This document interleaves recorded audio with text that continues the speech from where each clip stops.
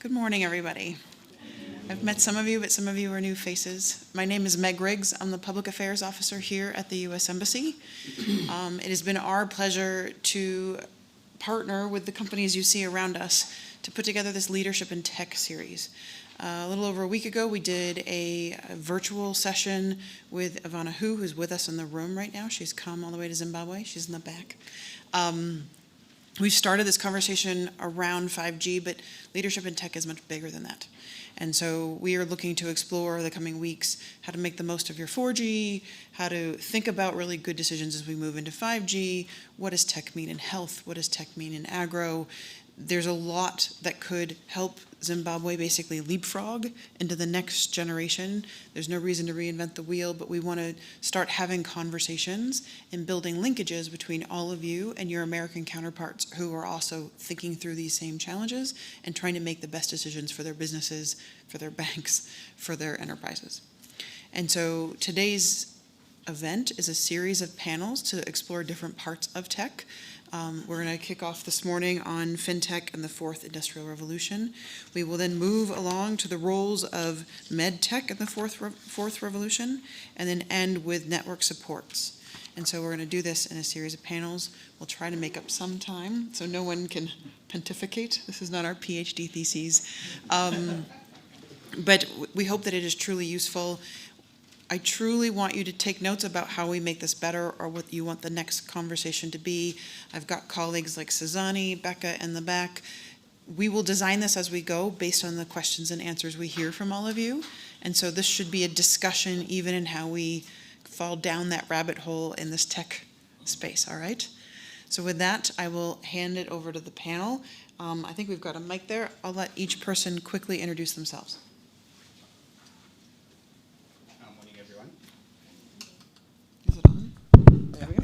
Morning, everyone. So my name is Munyaradzi Mafi, and I'm the head of digital development with Stanbic Bank. Look forward to interacting with you all today. Good morning, everyone. My name is Itai Tsoro. I'm with the Zimswitch Technologies. I'm the Haiti Technology Services. Good morning, everyone. My name is Tabani Mtetwa. I work for Inbax as the head of banking. Good morning, everyone. My name is Eugene Shaduka. I'm the CTO for EcoCash Holdings.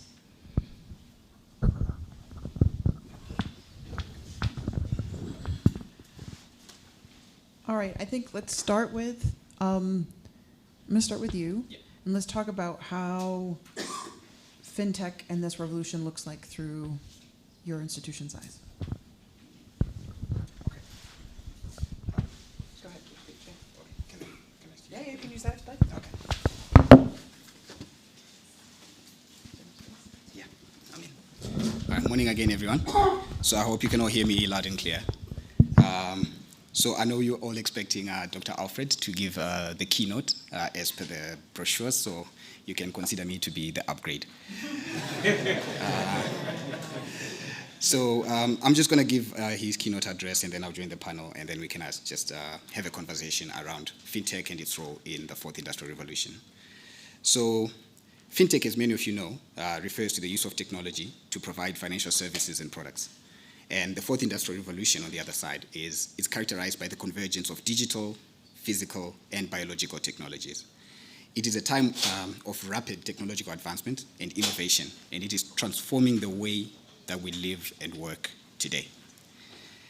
The intersection of fintech and the fourth industrial revolution is where we see some of the most exciting developments in technology and finance. Fintech companies are using technologies such as artificial intelligence, blockchain, and Internet of Things to create new financial products and services that are disrupting traditional financial institutions. As fintech matures, fintech services on the continent are at an inflection point, and Zimbabwe has a significant opportunity to capitalize on the momentum of recent years to unlock further potential in this sector. One of the key areas where fintech is having an impact is in financial inclusion. Fintech has the potential to provide access to financial services for people who have previously been excluded, such as those in rural areas or those without a traditional banking relationship.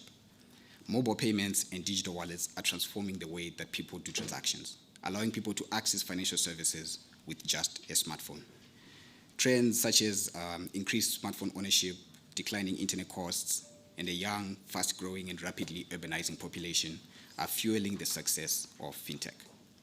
In addition to this, the COVID-19 pandemic, even as it caused significant hardship and disrupted lives, has accelerated trends towards digitalization and has created a fertile environment for fintechs to grow and to flourish. Another area where fintech is making a difference is in investment management. Robo-advisors are using algorithms and AI to provide investment advice and manage portfolios at a fraction of the cost of traditional financial advisors. Some forecasts project that robo-advisors will manage 2.8 trillion in assets by the end of this year. This is making investment advice more accessible and affordable for people who may not have previously had access to these services. Fintech is also disrupting the traditional banking industry. Blockchain technology is being used to create decentralized financial systems that bypass traditional intermediaries, while peer-to-peer lending platforms are allowing individuals to lend and borrow without a bank as an intermediary. This is reducing the cost and complexity of financial transactions and may ultimately lead to a more democratized financial system. It is important for financial institutions and the industry at large to be awake to these developments and to analyze their impact on how financial transactions will look like in the world of tomorrow. How will transactions shift from cash to digital channels? How will electronic payments evolve from the current landscape that we have today? While the trends being observed in fintech growth are encouraging, there are also challenges that such rapid technological advancement brings, and we need to address these challenges. One of the key challenges is ensuring that fintech innovations are safe and secure, and that they protect consumers' privacy and data. As more financial transactions are conducted by digital channels, it is important that consumers can trust that their data is being protected. We are still at a point where one major breach or one major incident can damage the public's confidence in the financial sector and erode away all the goodwill that has been cultivated by fintech over the last few years. Another challenge is ensuring that the benefits of fintech are distributed fairly and equitably. While fintech has a potential to increase financial inclusion and provide access to financial services for underserved population, there is a risk that it could exacerbate existing inequalities if certain groups are left behind. For example, how do we ensure that women are involved and actively participating in economic activities? And how do we build solutions that cater to both the formal and informal economy alike? In order to reach scale and profitability for fintechs in the fourth industrial revolution, there is need for key infrastructure to be in place, particularly things like mobile coverage for both GSM and data, expansive distribution networks across the country, as well as necessary payments infrastructure. The variability of these factors across different areas of the country needs to be taken into consideration and solutioned for by fintech players. Achieving scale is only just one side of this coin. Lower disposable income and low customer loyalty is a threat to fintech growth and its ability to build profitable businesses. Low disposable income in particular has affected fintech growth for industries like capital markets and retail insurance and the like. Looking at emerging technologies such as blockchain and artificial intelligence, there is need for significant investment in order for their benefits to be realized in full. We need thought leaders who are looking into the future and who are willing to pay the price for success. The African market, particularly in financial services, often operates differently from that of the Western world and first world economies. This means we cannot simply copy and paste what has worked in other regions. Instead, we need to invest in building tailor-made solutions that work best for Zimbabwe and for its people. This investment also needs to apply to human capital, where we need to answer the question, how do we attract and retain the necessary skills to build and operationalize these technologies? Another challenge we're likely to face is adoption. There is a need to ensure that products being rolled out are not too complex for the typical Zimbabwean customer in order for them to achieve scale. The success of fintech products might rest on our ability to simplify these technologies into form factors that are simple to understand, easy to use, and easy to scale for Zimbabwean customers. In conclusion, fintech is an important driver of innovation in the financial industry, and it is expected to continue to play a major role in the fourth industrial revolution. It has the potential to increase financial inclusion, reduce costs, and democratize the financial system. However, it is important that we address these challenges that it brings to ensure that fintech is used in a responsible and ethical manner. And in doing this, we are giving it the best chance to succeed. Thank you very much.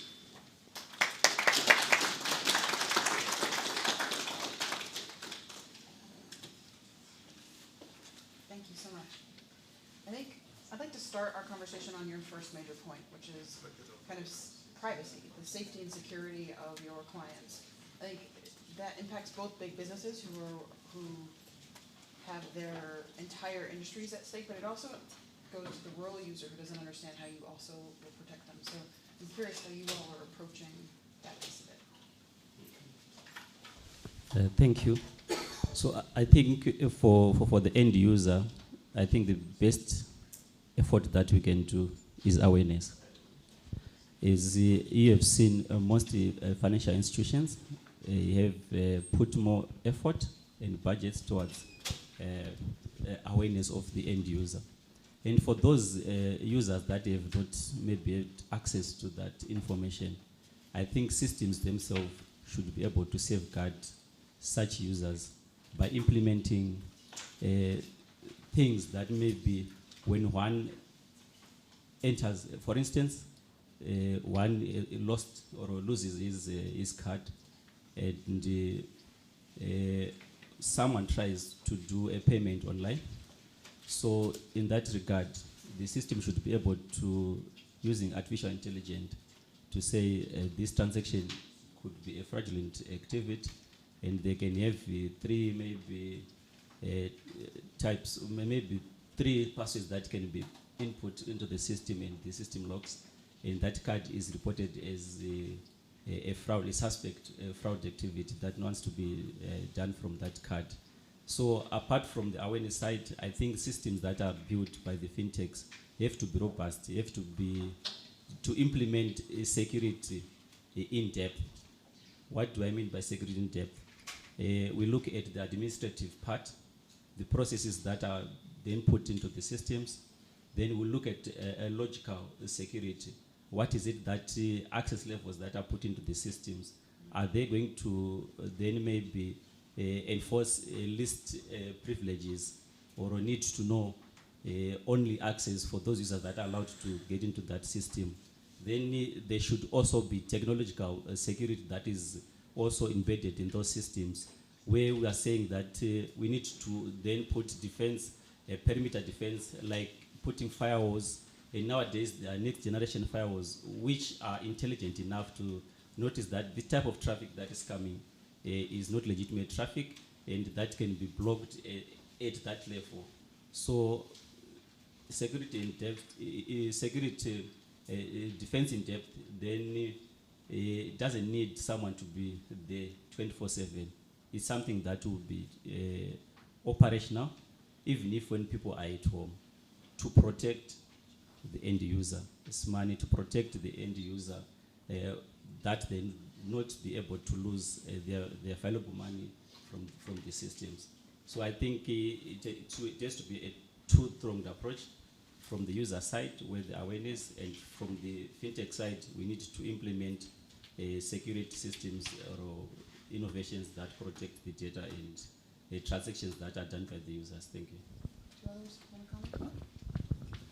Yeah, so my colleague has touched on security. So what I think is on top of that, we need maybe the regulator to come in and just monitor and see whether the institutions, the fintechs, are also observing the security policies that they have put in place.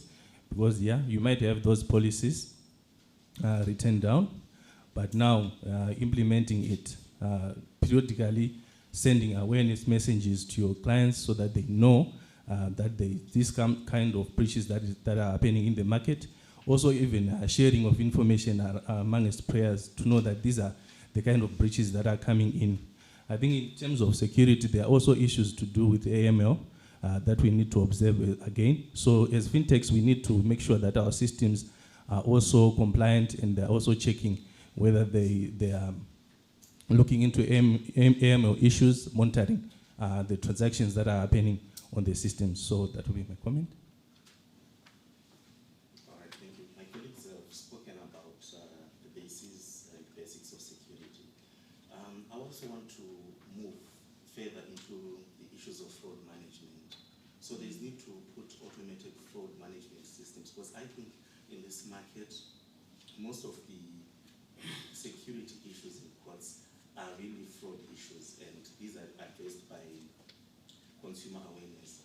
And it is also the responsibility of all fintech providers, fintech service providers, to make sure that they play in consumer awareness programs. Also to observe the cybersecurity month and roll out programs which conscientize the market in terms of what cybersecurity is about and the responsibility of the provider and the customer at large. What I also wanted to highlight is the issue to do with automated security management.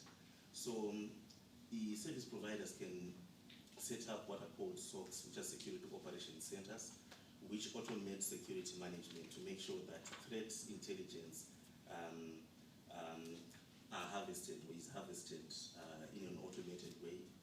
We spoke about artificial intelligence, where the data is harvested, and the data is the basis of the foundation for artificial intelligence for threat detection and avoidance. I think that's my contribution on this issue of security, information security. So I think your points collectively raise a question of what is the tech that's behind this, right? And I think probably most people on the street assume a bank must have their own coders. They must be designing the software, but in fact there's a layering of systems, right? So I think for the room that's here, understanding how does a bank or an institution go about making sure that the softwares they get are compatible? How do you make sure that you're up to date on those spaces? How is that policy decision made internally to make sure that that security management center has the tech that it needs, has the staffing that it needs, that it's in a position to actually live up to what you would assume the regulatory role would then verify? But how are those decisions being made?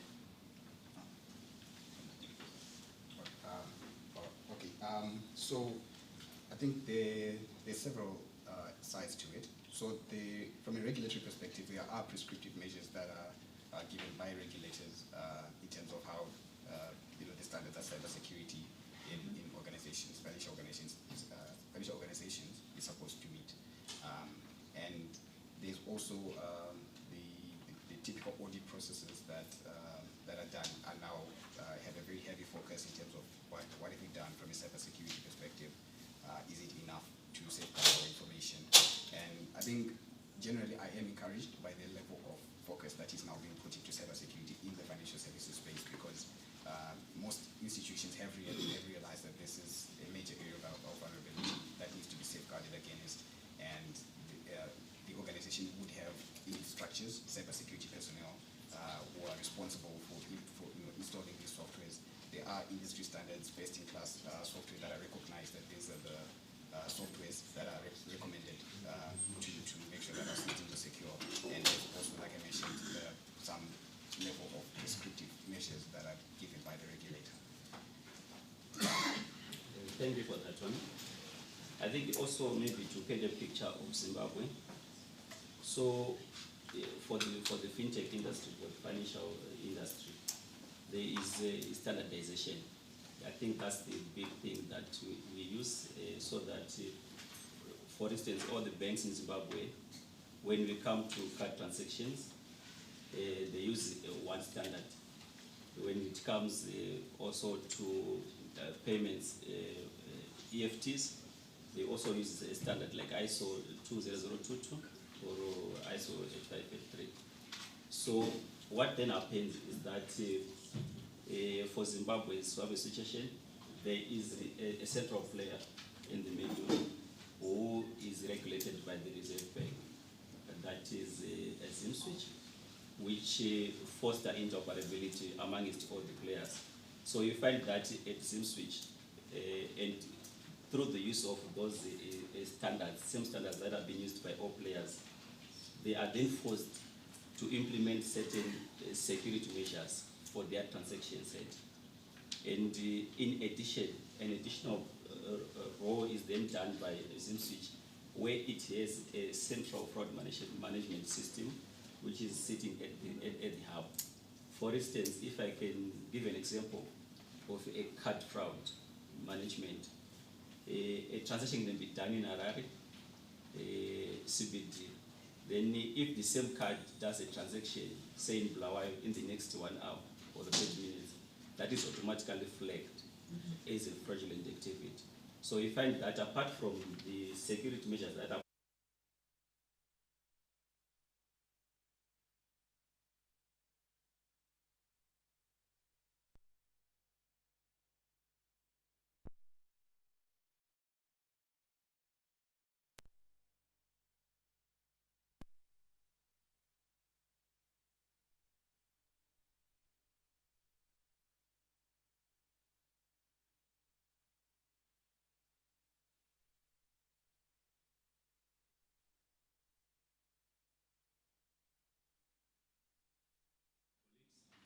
as players in the market, we discuss these issues.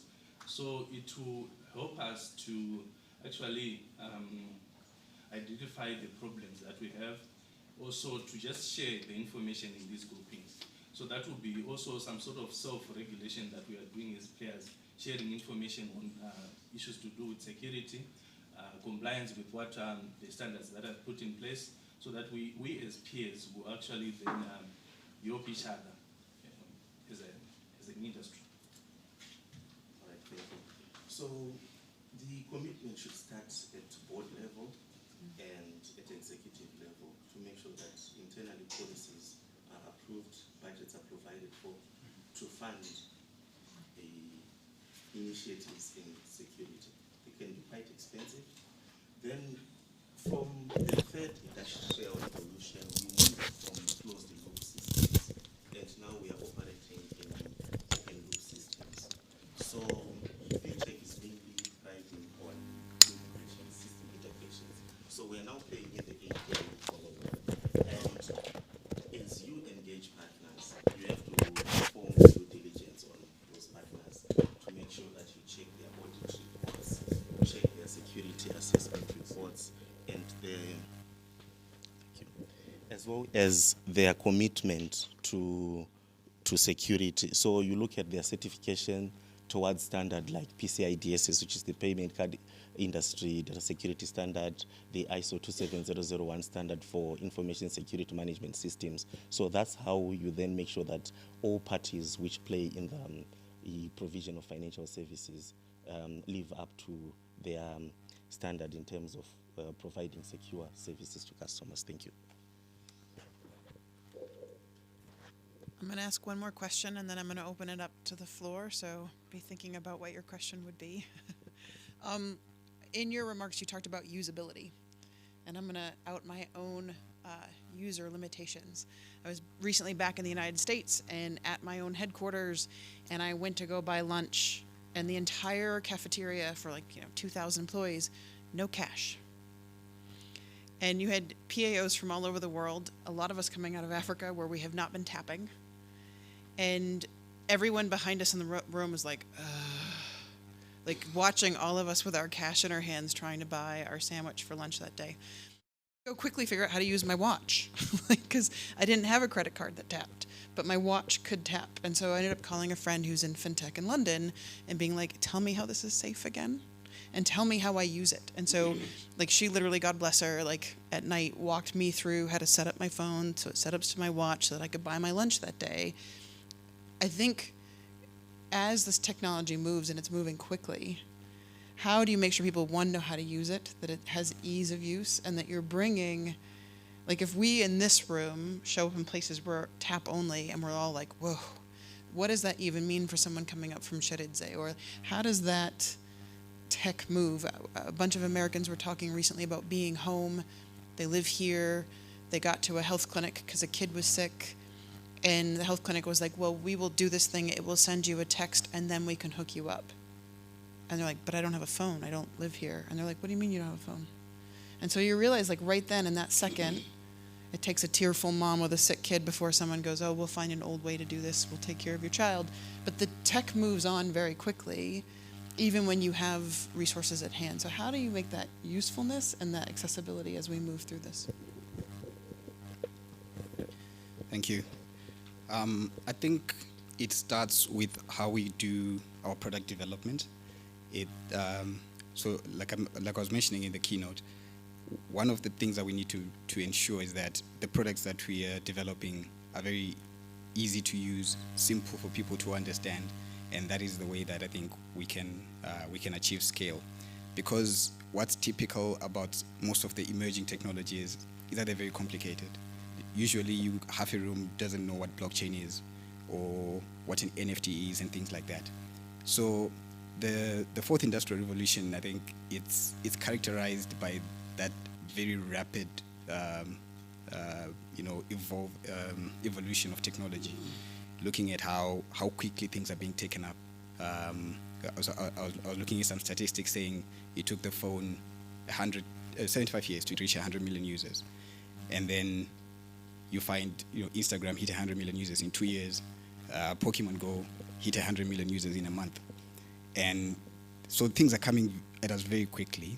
So I think the key is to make sure that when you're doing product development, especially for markets like ours, like Zimbabwe, the products need to be very, very simple for people to understand and to use, which I think is attributable to the success of mobile money in Zim. It was solving a problem, but it was also very accessible, very easy to use, and that's how we was able to scale as quickly as it did. And I think the other angle towards that is we need to invest in when we do our marketing and our promotions. I think a lot of that has to go into educating customers so that they understand how these new things work, because these things are coming at them very quick and fast, and they may not catch on as quick. So part of our marketing effort, it should be like, it's not just a billboard telling you that I have a new product, but on that same billboard I kind of need to tell you what it does and how to use it and where to find it and all of that. So a lot of the marketing effort has to go into like customer education so that people understand how that works. Thank you. So I like to paint the Zimbabwean picture always. So for Zimbabwe, I think we are not yet there at wearables, but we are not far away from the rest of the world. So you find that we have products in the market. Maybe it's a matter of awareness. For instance, if you travel from Harare to Mutare, all the toll gates, you can use tap and go. So you can actually tap on toll gates with your cards.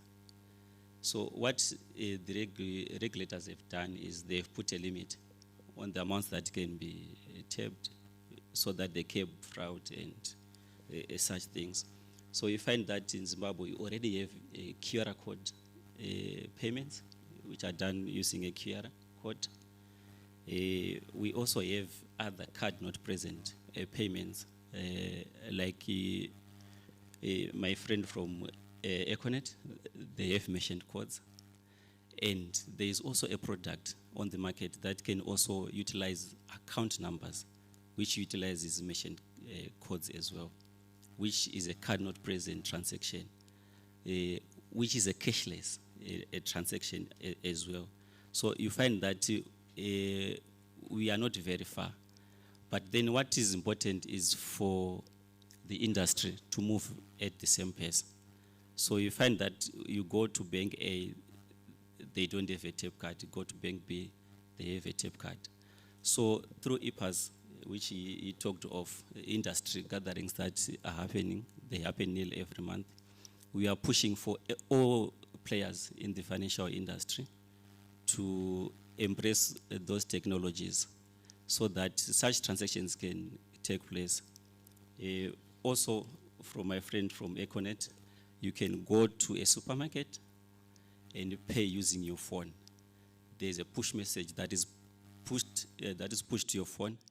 So there's another product as well that we have introduced, that is recently introduced, where you can do the same from your account numbers using your mobile phone.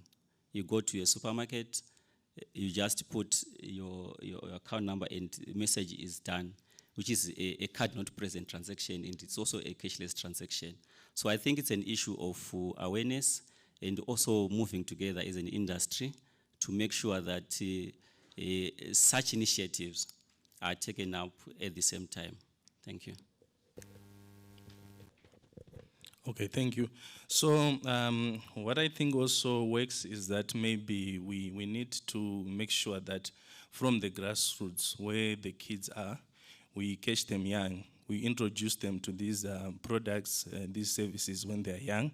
So I think one of the strategies that can work is that we put these products in the games that they are playing. So when they grow up, they actually know that this is how you pay. This is how you use these innovative products that are coming out of fintech.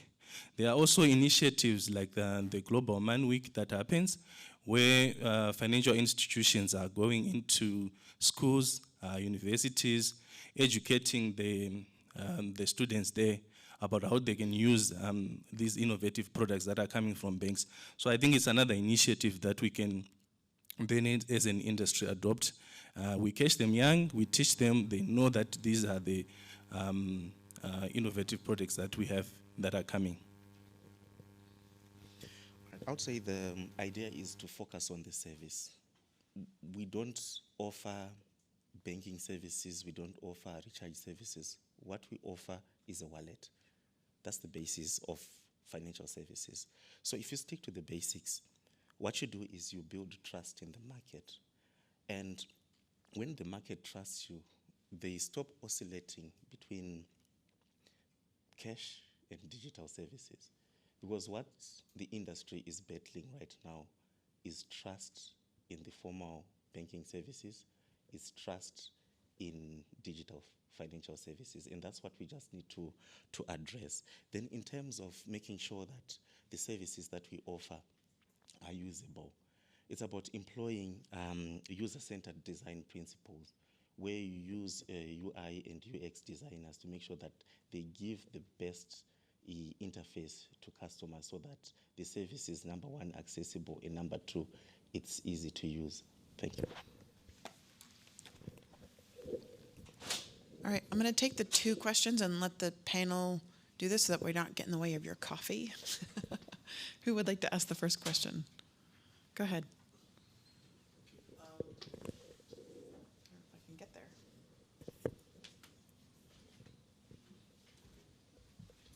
I can.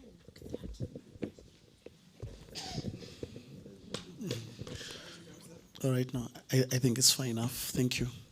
So basically to the panelists, maybe a comment against the issues to do with charges.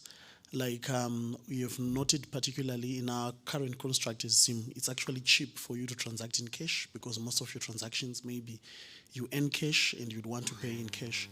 And there is this view that we have from the general populace that the moment you start to transact and you are using apps, it's actually expensive. Like for an example, there is the 2% IMTT, the bank is charging 3%. How do you envisage maybe that view in the near future such that it would give at least the public the confidence to transact using these platforms that we are talking about? And the reality is there's a class piece in that, right? People with less money are going to be less likely to pay 2%, and others are going to be like, it's worth it for the service. Sure. Do you mind coming a little closer? Sorry. I can be loud. It's fine. So my question to the panelists, it's a comment as well as a question, is with regards to the role of the regulator. You'd find any new financial innovation that should come up needs to go through the Reserve Bank sandbox. And there is very limited input to that sandbox from actual players in the field.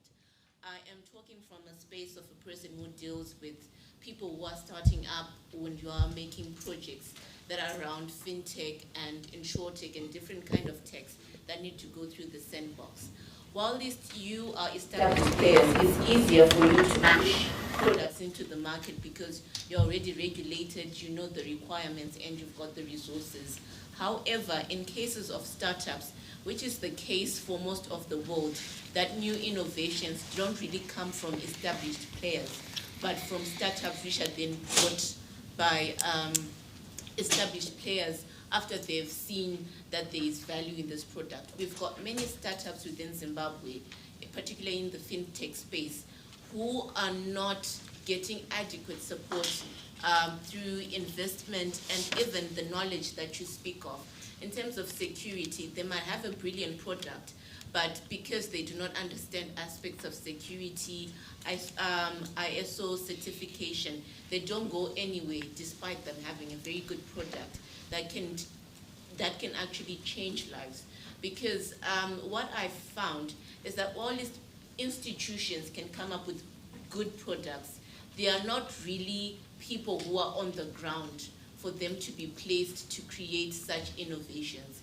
Innovations usually come from a young person who has maybe struggled with a particular service and they come up with a solution.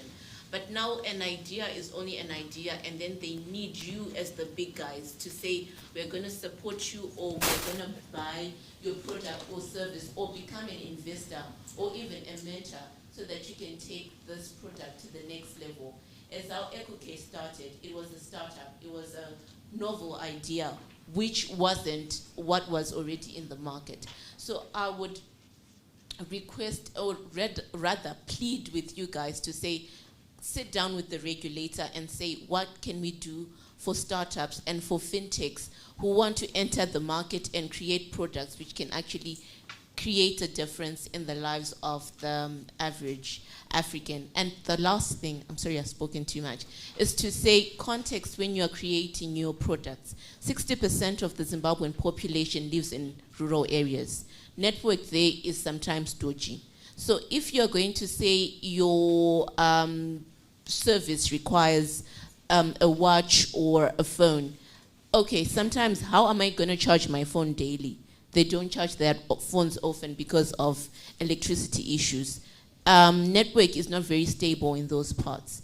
And when you put out your marketing material, is it in a language that they understand? Is it relatable?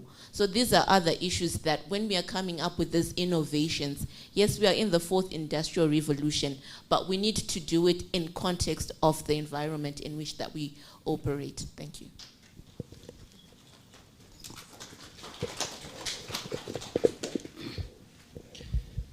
Right, thank you. I think I'll start with the second question first. I do agree largely with a lot of the points that you've raised. I think from how I see it, we do have a regulator who is supportive of fintech and startups and trying to enable them, especially from a licensing standpoint. Looking at how the landscape looked a couple of years ago, it was quite restrictive in terms of how what you needed to have in order to get a license and to operate. And I think it's somewhat simplified. But where I think the gap is, which is something you've also spoken to, is around support from the private sector, which I think is what is still lacking a bit. So yes, like you mentioned, these startups, they need a lot of that help in terms of accessing real world data, being able to interact with the banking systems that are already in place. And I think most players in the banking industry are still sort of setting up the infrastructure to be able to enable that to happen. Most banks have already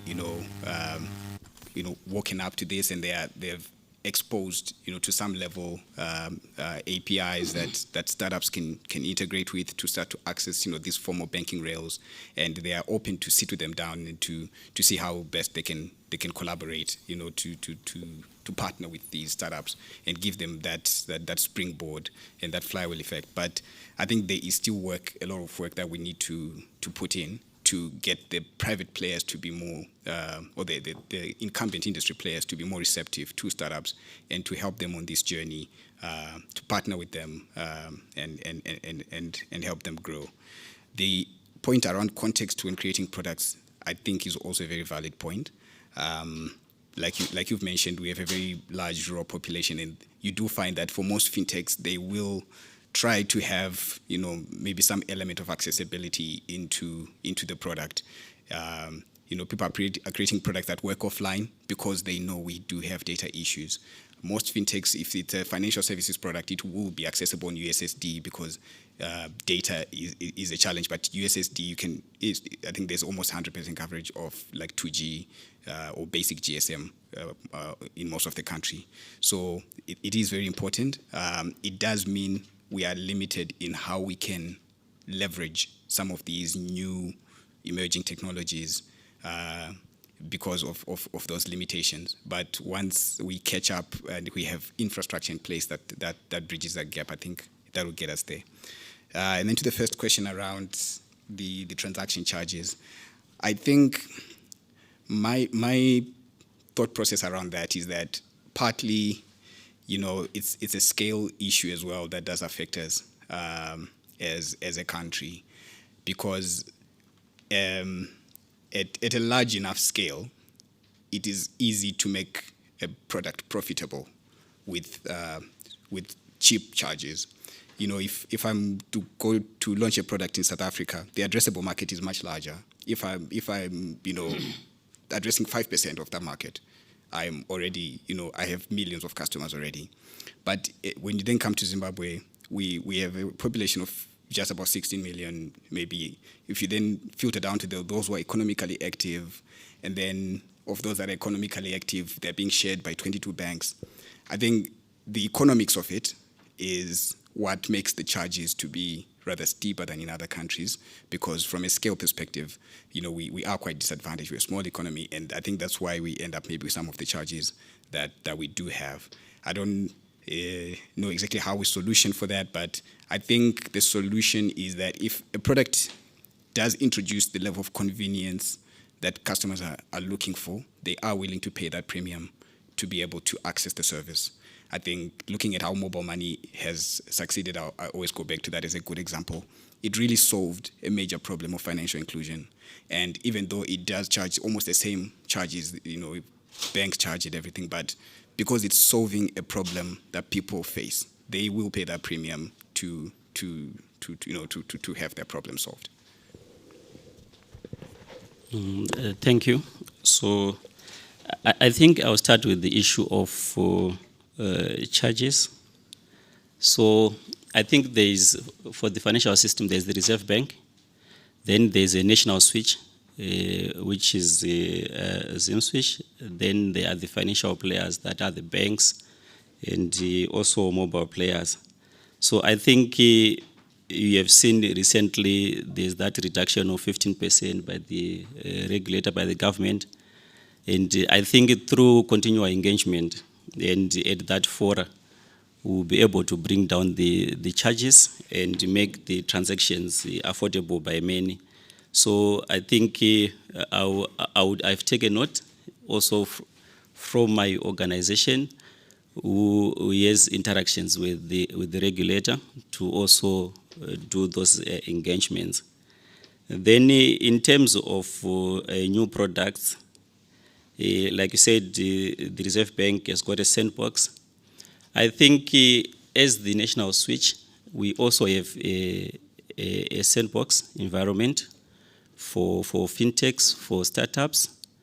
I will leave my details for those players that would want to engage in any product testing, new initiatives, innovations. We are open to that as the national switch of Zimbabwe, the sole national switch of Zimbabwe. So you are welcome. And we also do have innovation hub clinics that we do run for such idea generation or harvesting, where such ideas can then be developed into products as such. So we are open and for such ideas, so people are free to come to the national switch, which is also part of the regulator, the Reserve Bank. So once your product is tested by us, and then you want to then present your products to the Reserve Bank, we will then chip in with the results and the reports, and then if it's a viable product, I don't think it will be a problem for you to get that product to market. Thank you. Okay, I will start also with the issue of charges. At Inbucks, I think we operate a low cost to no cost kind of model, and the issue of IMT has also been a challenge. But like what my colleague has said, that there was a reduction actually on the USD, it used to be 4%, but now it's 2%. So with enough lobbying, maybe even looking for tax incentives from the government for those who are maybe going towards financial inclusion, we hope that the government will actually then give us those incentives, and we pass it on to the clients, and the cost will be reduced there. Then in terms of the other question, my thoughts around that is that maybe with enough collaboration and partnership, nowadays there's the concept of open banking, where you come and plug into to our system, maybe at Inbucks, through APIs. So it's something that I'm sure we are also looking at to say if there are players with innovative solutions that they think will service the market that we are also service, and also going towards the vision that we have of low cost to no cost, then we will look to integrating with those players and also have to go through the regulator. Thank you. All right, so the major challenge is on the cost of doing business. However, we are committed as fintech players and as EcoCash to bring down the cost of transacting for the general public. So we roll out innovative services which are aimed at bringing down the cost of transacting. And what we do is we don't always go it alone. We work through partnerships. If there is a partner who can do things better than us and make it cheaper for our customers, we integrate. And to our customers, the major essence of transacting digitally is not just about keeping it, I would say, cheap for now. It's about the other services, the enhanced services that you can get by transacting digitally. So you find out that what the services that we are offering are convenient, they are secure, and you have got ease of tracking your transactions, and you also have access to enhanced financial services. Take, for example, micro-lending. So as you transact, you also build upon your credit rating, and it also applies to individuals and SMEs, such that you then get access to credit, which can help you grow and develop your business. Thank you. Maybe before I give you back, for those that are producing those innovations, think of interoperability. The government is preaching interoperability. It doesn't have to be a closed loop kind of innovation. So your innovations have to be inclusive of everyone. In financial inclusion, think of the people that are in the grassroots, in the rural areas, and all the financial players. Thank you. To wrap up this conversation, I'm struck by a phrase that I say to my kids all the time. Fairness and equal are not the same thing. I don't know how many of you have like a 10-year-old and a 13-year-old, and the 10-year-old's like, it's not fair, she gets to do that. She's 13. And so in a market economy where you need things it's got to be bankable, it has to be financially sustainable, that does mean everyone doesn't get it. But that at the same time, making sure that you keep inclusive economies always in the back of your mind as you try to build things that do bring more people into that space. But it can be fair, but that doesn't mean everyone has the same equal access. And so this is a tough conversation. I think people want to bring everyone up at the same time all at once. And the world doesn't work that way. And so never letting go of the inclusive economy goal, but at the same understanding that there are inequalities that happen along this way. All right, with that, we are over time. I apologize. We're going to do a coffee break, and I'd like everybody to be back in their seats at 11:15. It's basically 11 right now, 10:57 for those who are exact. So that gives you a chance. There's bathrooms, there's coffee, and then we'll be back here for the next conversation in 15 minutes. Thank you, everybody. For the next session. Thank you very much. So my name is Tsungai Chipamaunga, and most people call me by my first name because I always say my last name is my father's name. And some bastardize it and call me Dr. Chips as well. So feel free to call me whatever you choose to call me.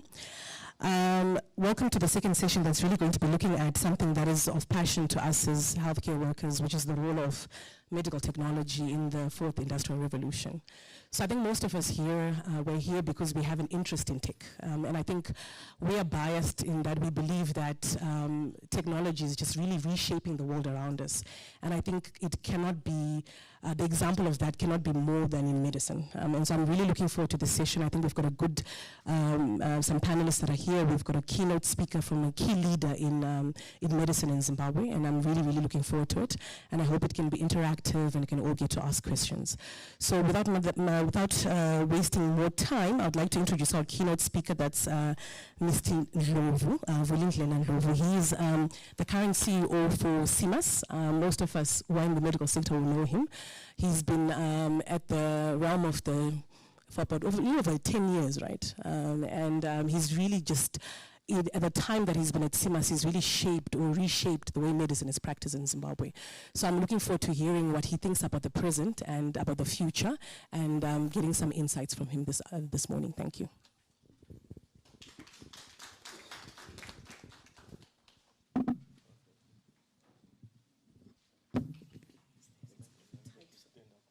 Thanks, Doc, for the introduction. I'm delighted to have this opportunity to talk today at this forum. I hope this works. I don't have one of those pastor voices, so I need this. So I think it's a good opportunity to exchange views. By the way, I've only been at the helm of CIMAS for, I think, almost 7 years now. 10 is a little too much to be at the helm of any organization. I think you do run out of steam after a while.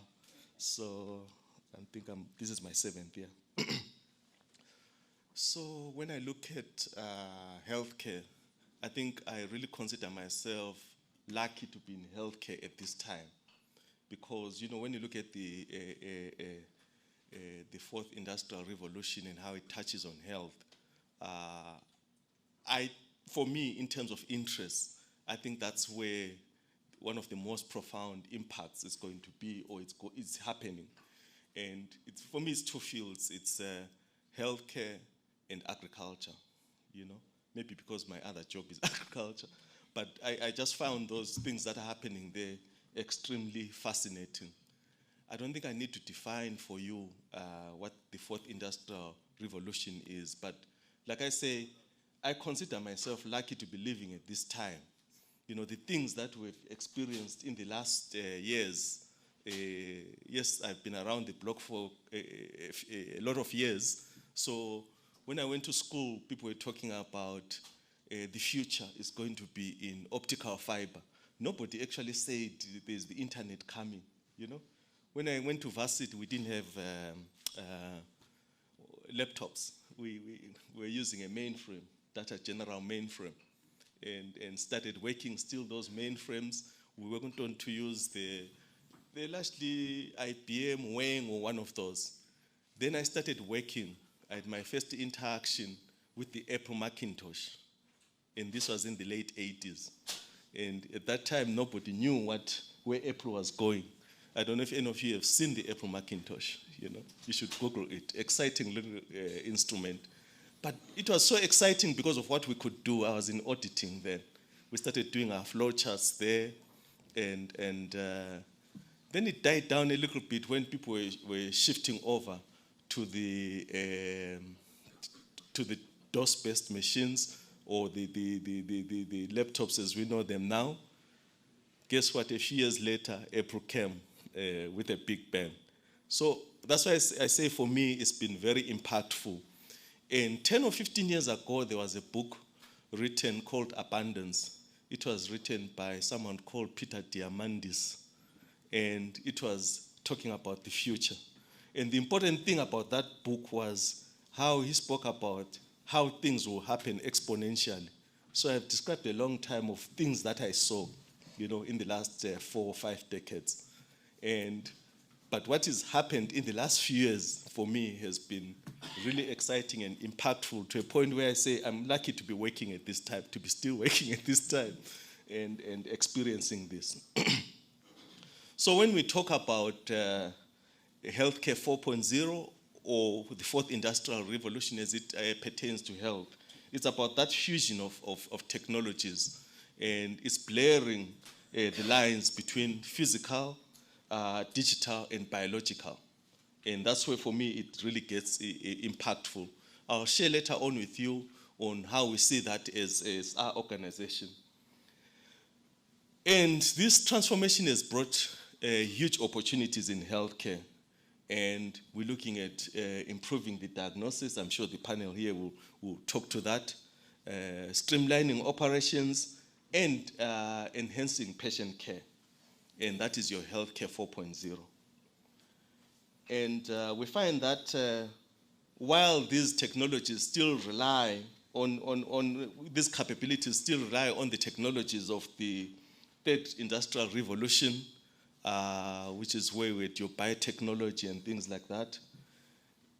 The fourth industrial revolution is exciting in that this is where technology becomes embedded within our societies, and especially even our human body, When it touches on human body, people listen.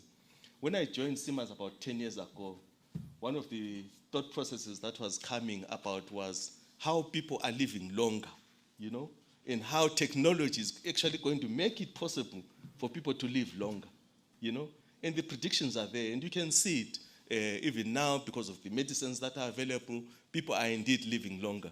But I think these guys that are 10 years old now, they are in for a road shock in terms of how long they would live because of the technologies that were there, When you talk about genomics, where people are studying the actual gene formation and coming up with treatments that are good for your own gene formation, the impact is huge. A lot of studies on dementia right now in terms of how to intervene early to make sure that, because it's inevitable that people will live longer, but it's the quality of the life that you enjoy. So 100 is going to be the new normal. So that for me is also quite exciting.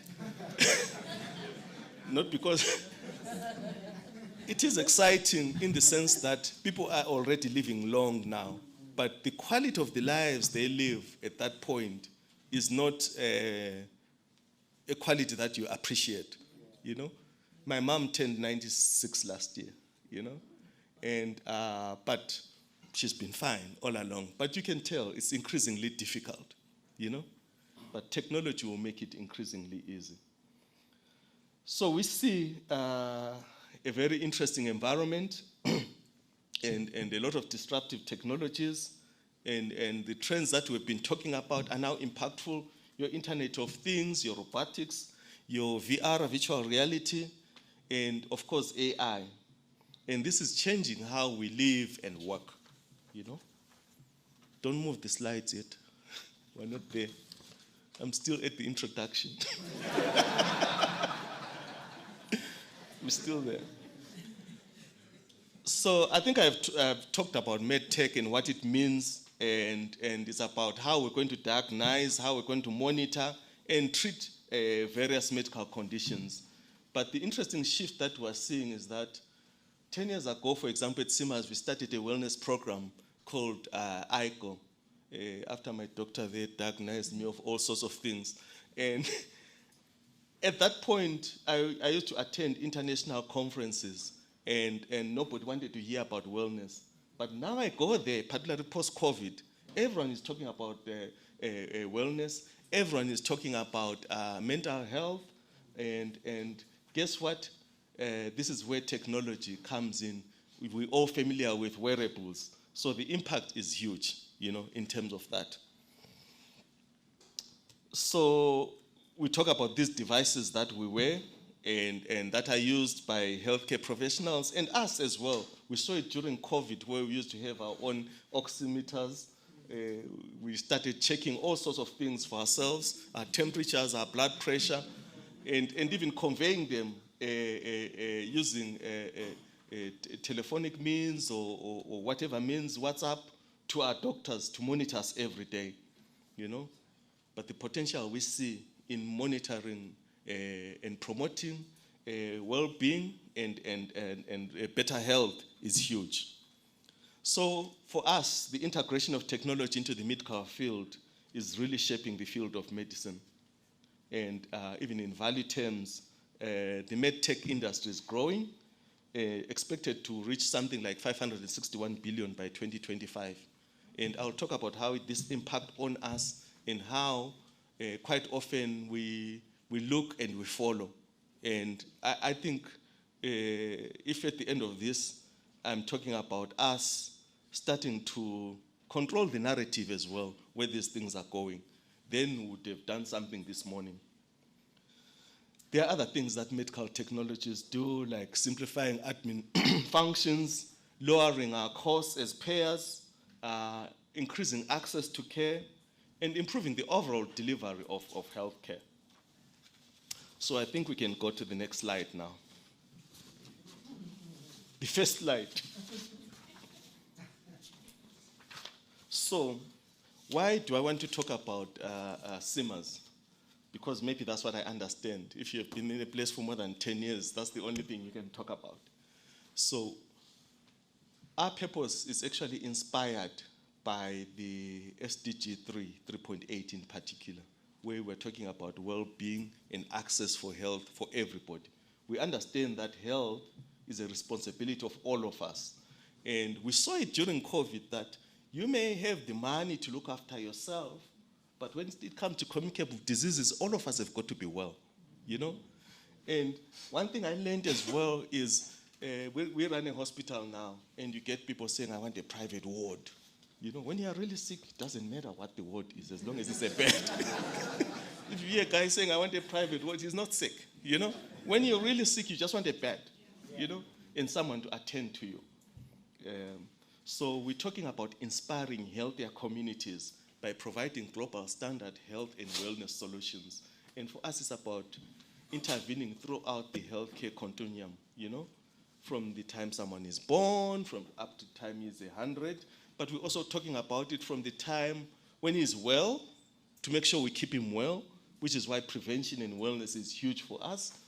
When he needs treatment, he must have access to the treatment, but he must also get good quality treatment.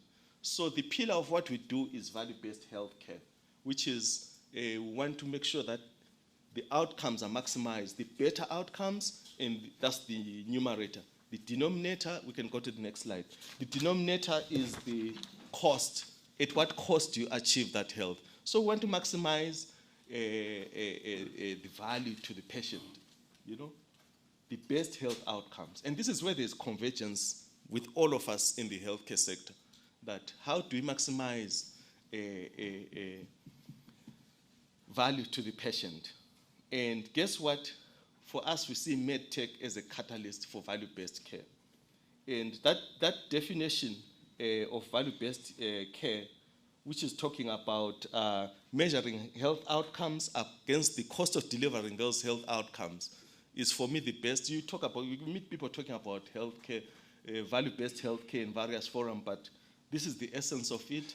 And I derived that definition from Michael Porter at Harvard, who has been pioneering this work on value-based healthcare. There's various facets to it, including how you organize healthcare around conditions, how you organize healthcare around various experts looking at people. Guess what? If you are going to share all these things about someone's healthcare, they need the data, you know? And the core to technology, the core to what we're having access to is the medical health record, you know? It may look like something that's there already, you know? A medical health record that can be shared by the various practitioners, you know? And I'll talk about how we struggle with that, what seems a simple concept. I'm encouraged now that when I go around to my doctors, they even are throwing away files. They are all now at least putting them digital files, and this is happening now. You know, for years we still had tons and tons of files. Guess what? The regulations still want us to keep those files and keep them forever. We're told you have to take them to the National Archives. You go to archives, they say we have no space for this, but keep it. So that is a problem. So I've spoken about value because I think we really need to understand value, which is maximizing of health outcomes. Why do I emphasize this? Because medtech is actually what is going to deliver this value-based healthcare in terms of, will it help us maximize health outcomes? You know, will it help us improve health outcomes? You know, when you say health outcomes, it means what matters to a person. If you have a knee replacement, how soon are you able to be functional to go back to work? You know, are you going to be lying around at home for the next 3 months? Or you, in a few days, be functional? Guess what? With some of the interventions that people are doing now, there's a lot of procedures that are done where people become functional at a third of the time they used to do so 10, 20 years ago. You know, with all these non-invasive procedures that these doctors do, you become functional very quickly. And this is where we are going. But it's also the diagnosis. We'll talk about the diagnosis as well. It's got to be right. You know, how often do you go from, in the past, how often did you go from pillar to post and no one can tell you exactly what's wrong with you? Guess what? MedTech is now making it possible for us to, I think, get better results and at a cost that we can afford. Okay, you can go to the next slide. Oh, you had already gone. Okay, so in curative services, we talk about the improved diagnostics. I've given an example there about in radiology, where lung cancer screening now uses what is called low-dose chest CT. It's much cheaper, much cheaper, and you can do it annually. So it's about prevention, and doctor will tell you with cancers, you need to find it early, you know? And lung cancers are a big killer, you know? Maybe I'm told even they kill far more people than your prostate and breast cancers in both sexes, you know, by factors, you know? Therefore, if you can diagnose this early, you've got vulnerable people. Now, we can have these tests annually. You know, for example, for smokers or people who were former smokers, we don't want smokers, we want former smokers. You know, we can now diagnose it early. You see, then people get the treatment. You know, then you've got people now using artificial intelligence, like in Tanzania, to look at the data trends in a particular area and see that now there's an outbreak there, you know, and this is happening right here in Africa. I spoke earlier on about electronic health records and the advantage of electronic health records. Your doctor can attend to you anyway. If your doctor is not away, or when it's going to a specialist, they don't need to write long letters to the specialist, you know, they just enter it there in the notes, and all of them can see what is happening with the patient. Even when the patient is referred back to the initial referring doctor, they also see what has happened with the patient, how the patient has progressed, what kind of care that they need. So electronic health records for us are, I think, one of the pluses that we'll have. The advantage that we see now, whereas previously, to achieve that, it meant that everybody needs to get the software for it, they need to get the machines for it, and learn how to use them. But now, with software as a service, it means we can access these services on the cloud, you know. And in our group, we already got most of our applications on the cloud. And we're working with our partners in the service care sector to make sure that we can all go onto platforms that are similar and thereby start having access to these electronic health records. But the good thing with these records as well is that they can be owned by the patient. The patient actually has got more control of them, you know. So it means even when something happens to me, wherever I am, I can find access to my records if I've traveled to South Africa or wherever in no time at all. But it also motivates me to look after my health if I understand what's happening to my health.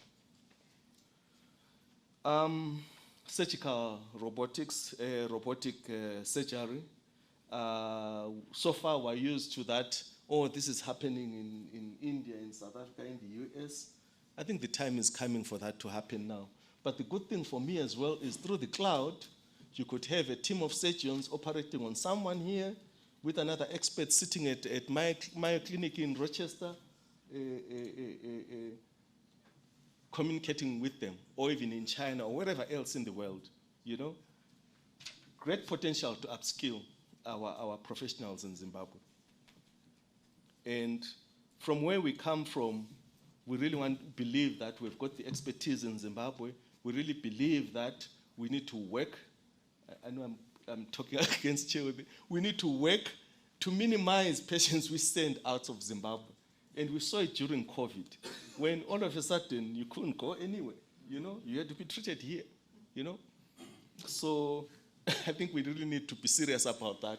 And for me, those are some of the tools that will assist us. So we're looking forward to, in the not too distant future, to using some of these technologies here.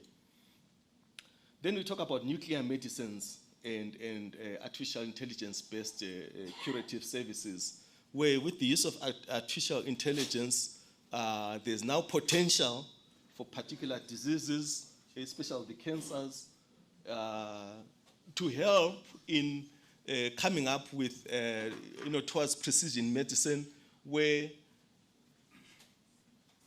they investigate your particular gene formation, and the medicine is sought particularly for you.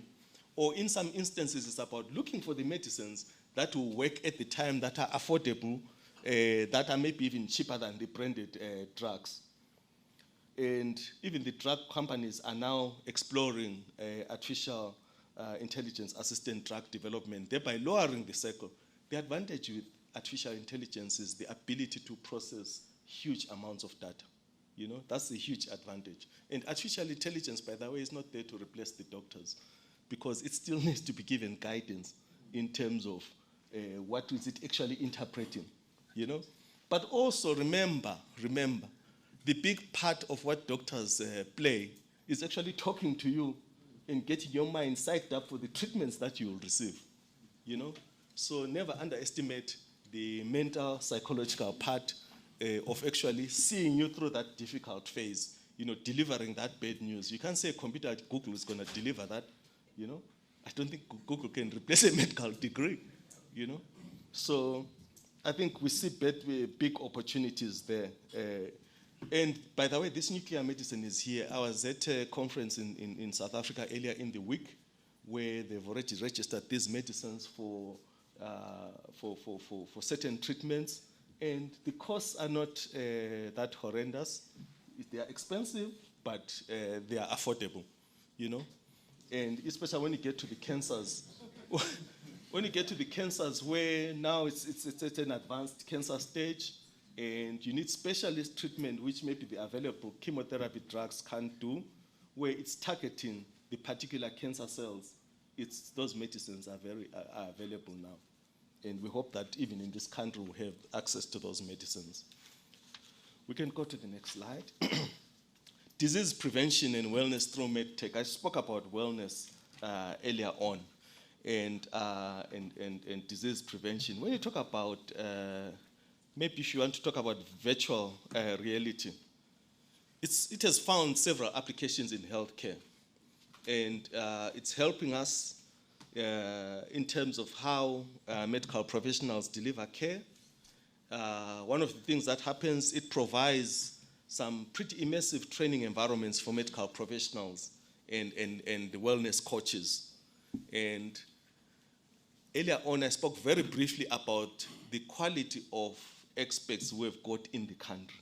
And now that we've got quality to the technology, it means we can continue to upgrade those experts. Those platforms are there.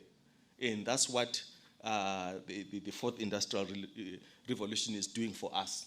And some of the things are already happening, you know? So medical students can learn in a better way, learning anatomy and all these things. And if ever there's an investment we can make in our country, You know, I know a lot of us like to invest in sending our children to the US and all these wonderful places.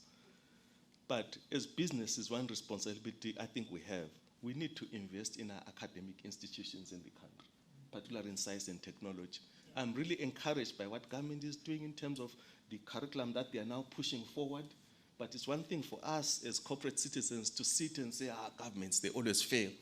We need to put our money where our mouths is, you know, and stop this business of looking after me. You know, you can afford to send your kid to the US or wherever you're sending them to, but not everybody can. Indeed, maybe there's a kid with more potential who is actually sitting in some rural area somewhere, whose only access to education is the UZ. So for me, I really think whenever I talk to business leaders, we need to be serious about putting money in our institutions. One of the ones that earlier on I spoke about genomics and precision medicines. And okay, there's controversies in all these things, but now you know that they are even having artificial wombs, you know, where they put the embryos there, and it's called, it's a company called Ectolife, you know, where used responsible, these things have got ethical considerations. I know we all panicked, those of us who were around during Dolly the sheep cloning, and we said, this is coming to humans, it is here now. But use it responsible. And maybe there's some traits you need to eliminate from some gene formation of a person, you know? And this is what this is doing.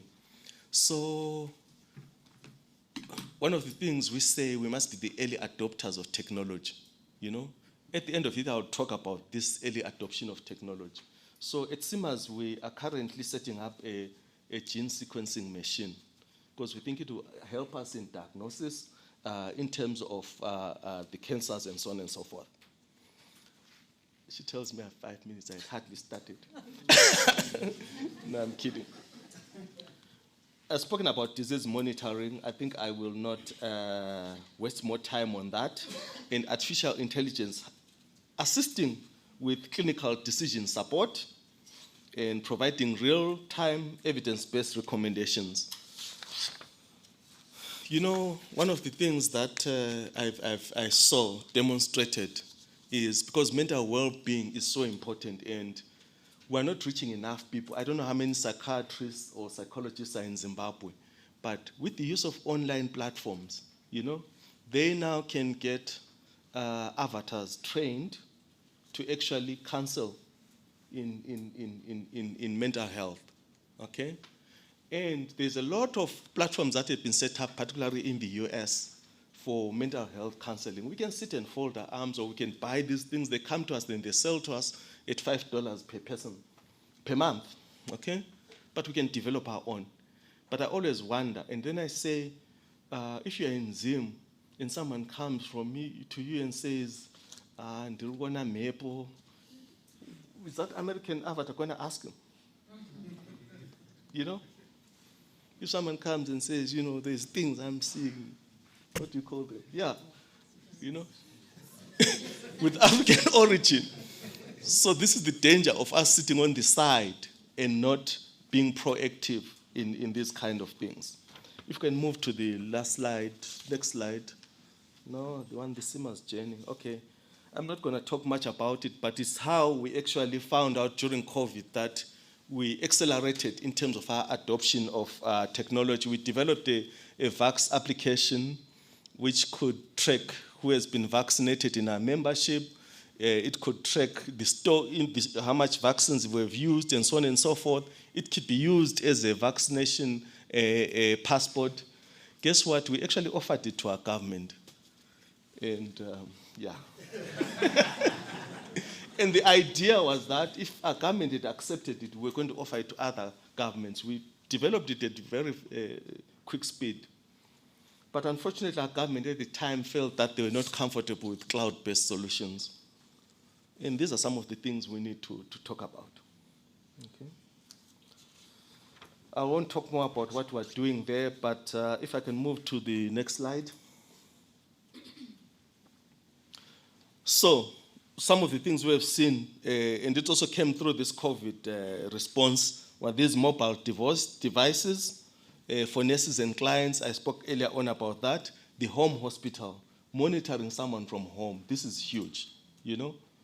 And we need to prepare for this, particularly in Zimbabwe. That's how we can actually reach access. You know, one thing about health, I talk about sustainable development goals. It's about reaching everybody. It's about equity in health, you know. It's one thing for me to be able to go to Avenues Clinic when 80% of the country cannot go there, you know.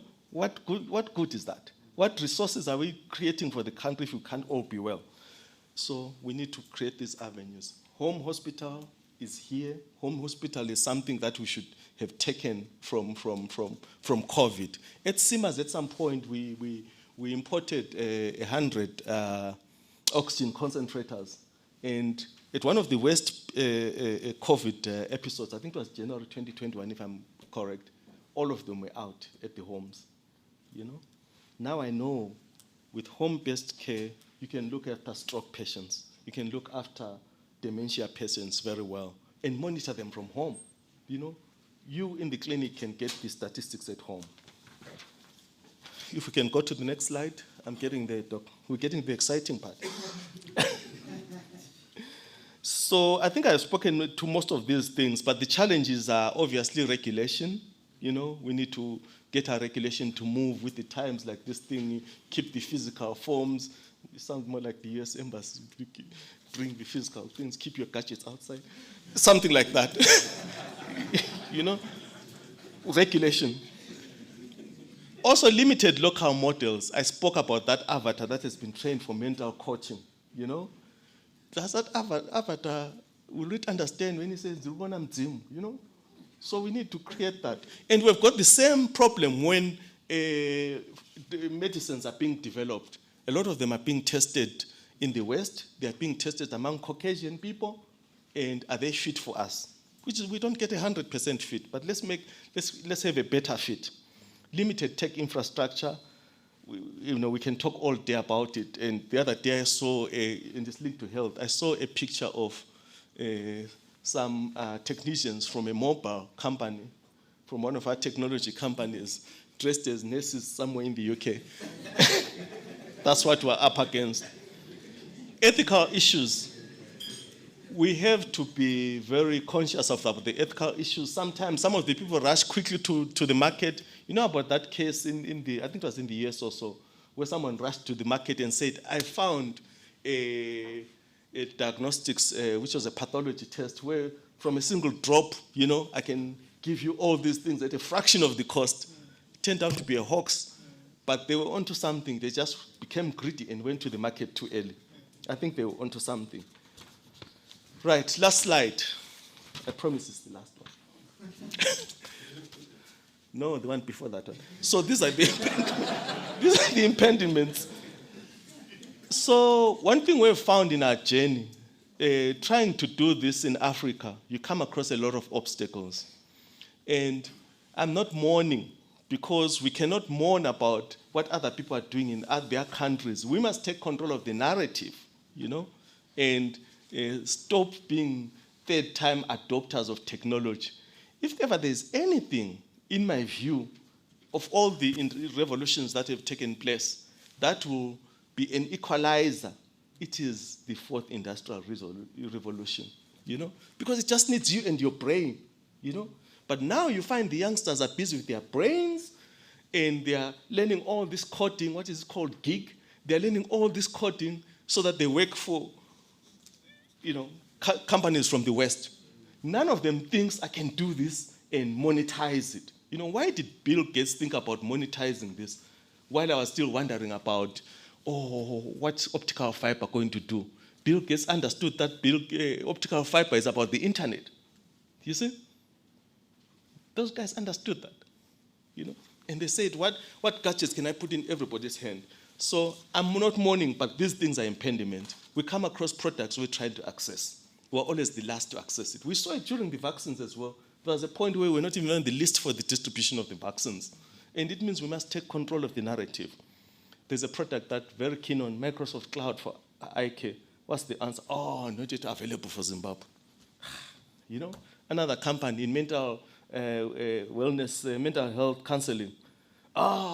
we're only doing it for Europe. If it's Africa, maybe South Africa, you know? Then other initiatives that Microsoft is doing, yes, in other parts of Africa, but we're always excluded, you know? And for me, that needs to change if we're to progress.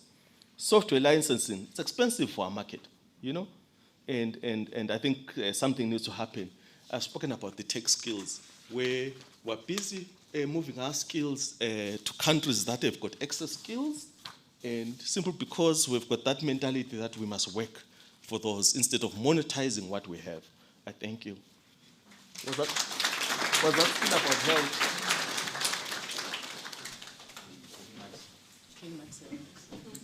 Thank you very much, mostly for reminding me how our former First Lady felt when she reminded the then President that he had been talking for a bit too long. Okay, so for us to continue with the conversation at hand, I'm going to ask the panelists to briefly introduce themselves, and I think from there then we'll take it to a conversation. If I could start off with you, Dr. Nyakabao.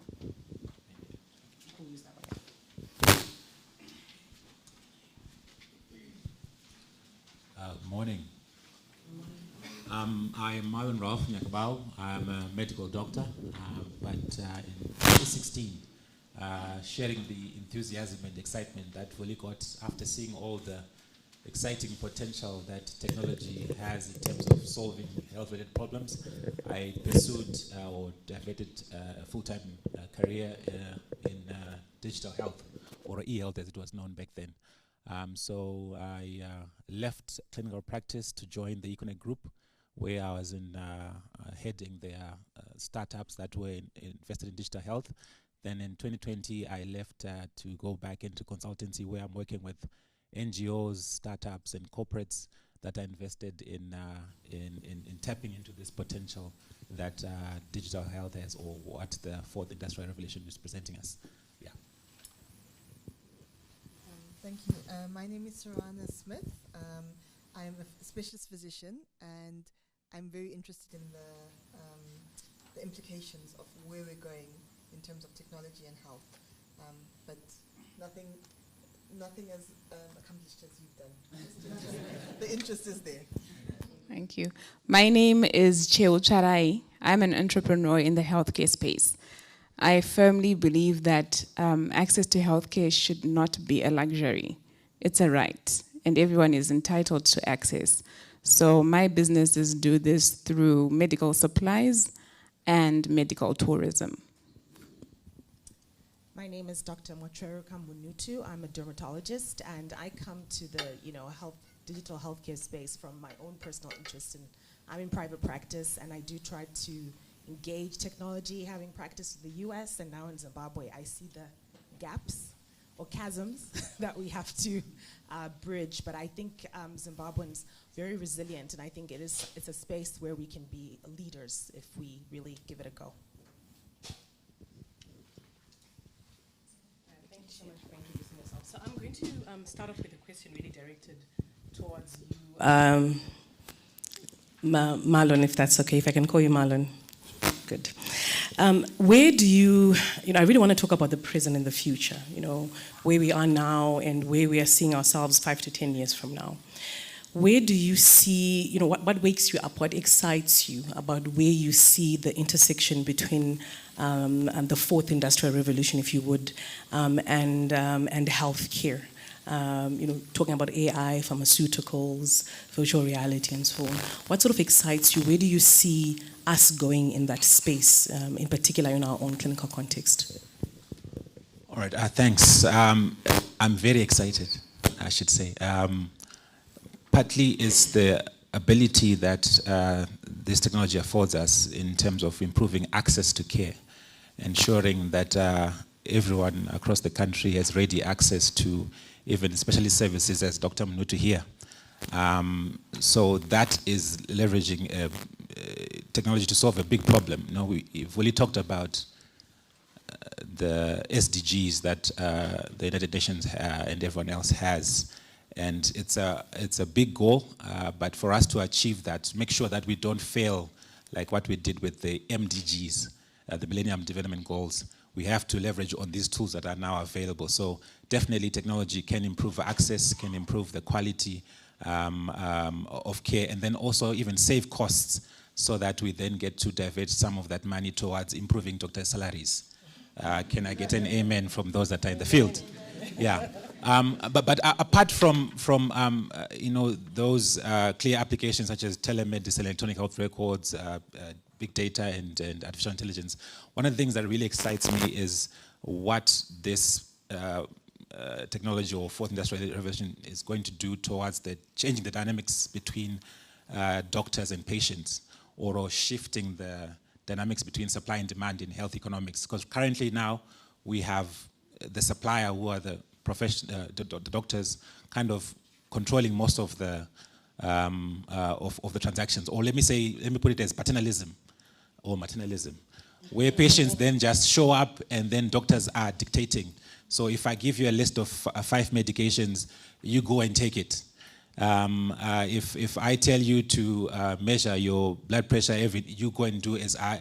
So that relationship is going to change, and we're going to see patients taking a more active role. So it won't be just a top-down, but it'll actually be a collaborative kind of interaction, because patients will be contributing more towards that clinical process by providing their data, such that we then get to be having, like I said, more collaborative interaction or engagement. So that's one of the things that really excites me, to kind of see that democratization of healthcare happening through technology. Thanks. Okay. And I mean, to the clinicians, obviously, that are on the panel, that will be Cheru and Sarana. What sort of digital healthcare sort of tech do you guys use? I mean, pre and post-COVID. I know that most of our practices really changed in the post-COVID era. And I know that I was reading an interesting article the other day that said at the time that a medical student graduates, they cease to be relevant anymore, because whatever they've learned, medicine has moved on from there. But in your clinical practice, whether it's with medical patients, whether it's with DEM, is there, what sort of tech do you foresee us using, or are we actually using right now? And how do you think that is actually impacting and improving patient care? So I can start. So I think dermatology has been a field that has led with technology for a long time. And I think primarily it's because we're a visual field. So, from a very long time, even when I was a student, once people knew that I was a derm resident, they would send me pictures. What is this? Let me diagnose this over the phone. So I think in that space, I think we've seen a lot of growth, especially with AI, because there's now apps where people can take a picture of their mole, and the mole will run an algorithm and tell them whether this is something that needs to be seen by a doctor and be biopsied, or if it's okay. So there are limitations to that, because I think some of the, obviously with AI, it's the information that you put into it is what's going to make good output. So some of that does need to be expanded, because I think, in dermatology, one of the biggest concerns is how are we addressing skin of color? People with melanated skin, we don't show up in the classical textbooks. This is improving, I will say. And I think, there's been a big push to make sure that people with darker skin tones are appreciated. Oftentimes people will be like, oh, there's redness, and they can't see redness. So AI has made that, better. So I would say, that's one aspect. The other aspect, personally for myself, is that during pre-COVID, we did talk about, launching a telederm service, because, patients in Bulawayo come all the way to Harare, complain that I'm far away. Patients in Mutare complain I'm far away. So I had considered it. But then with COVID shutdowns, that became very urgent. And we did launch, we use a software program that is, it's not local, but it's an international software program where we can have patients make payments and then are hooked up into the system to be able to see me as a consultation. So even though I would have thought it would be wildly popular, I think it does take a learning curve even for patients, because patients are used to seeing their doctor in person. And even with issues with pixelation and things like that, sometimes real-time virtual consult can be a challenge, because I can't quite see what the lesions look like. But dermatology also has what we call store and forward, where someone would take a picture, send it, and then we can sort of consult on that basis. And I think for us as physicians and other practitioners, COVID really did change things, because you'd previously only have a consultation where the doctor's there, the patient's there. There was a lot of restriction of movement, so patients couldn't get to you. It was difficult for them to get to you, even though it was an exemption. So we had to really move into the space of video-based or virtual-based consultations, which work really well in certain conditions, especially the chronic conditions where you're following up, you can have a discussion, the patient doesn't have to be sitting in a waiting room with other sick people getting sick. Because there was also that fear to say, if I come to the doctor, that's where all the people with COVID are. Yeah. So the one place I'm definitely going to get COVID, not the supermarket, not the restaurant, but in the doctor's office. So being able to offer that service for patients who are at high risk of COVID complications helped. As Vuli's mentioned, we've moved to electronic health records, which is a stepping stone, but you still need to keep the paper-based records. So it is a bit of a challenge in terms of the regulation and the ethics around it. So, I mean, you're mentioning moles and cancer and people sending, pictures on their apps and so forth. I mean, we cannot deny the fact that we live in a largely resource-constrained environment. And in as much as we do have patients who succumb to non-communicable diseases, a lot of the challenges that we have in Africa may be somewhat different for the challenges that these apps were developed for.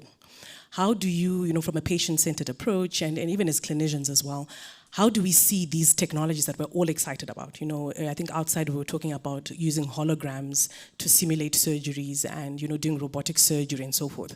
But we practice in an environment where you need to just make a simple diagnosis of malaria. You have a large number of people who are dying from malaria. You have people that are still getting tested for HIV late. You have people who don't know that they're hypertensive and for a long time then ultimately present with a stroke. How do we take these technologies, whether it's wearable, whether it's AI, whether it's whatever it is that we're talking about, these apps, and bridge that gap in an environment where the population may not be necessarily as tech savvy or necessarily have the same access to what we may have access to in the private sector? How do we answer that question? How do we meet that unmet need with technology? Okay, so I've got, I think I'm more patient than not on this panel, right? There's a lot to having the 4IR adapting. And I think it cuts across healthcare and fintech, the adaptiveness of the fourth generation. And there's a lot of social capital which is required.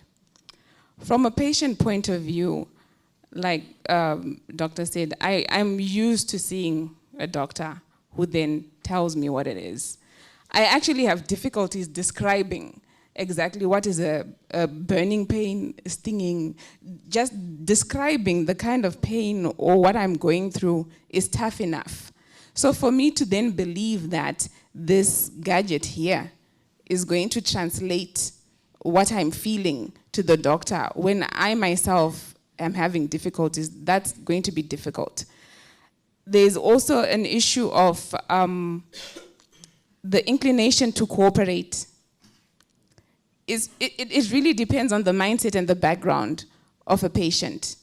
If I'm not inclined to cooperate, even if the doctor has said, send me a photo of this angle, I'm not going to really do it, or I might do it at a different place, or just differently to what's expected.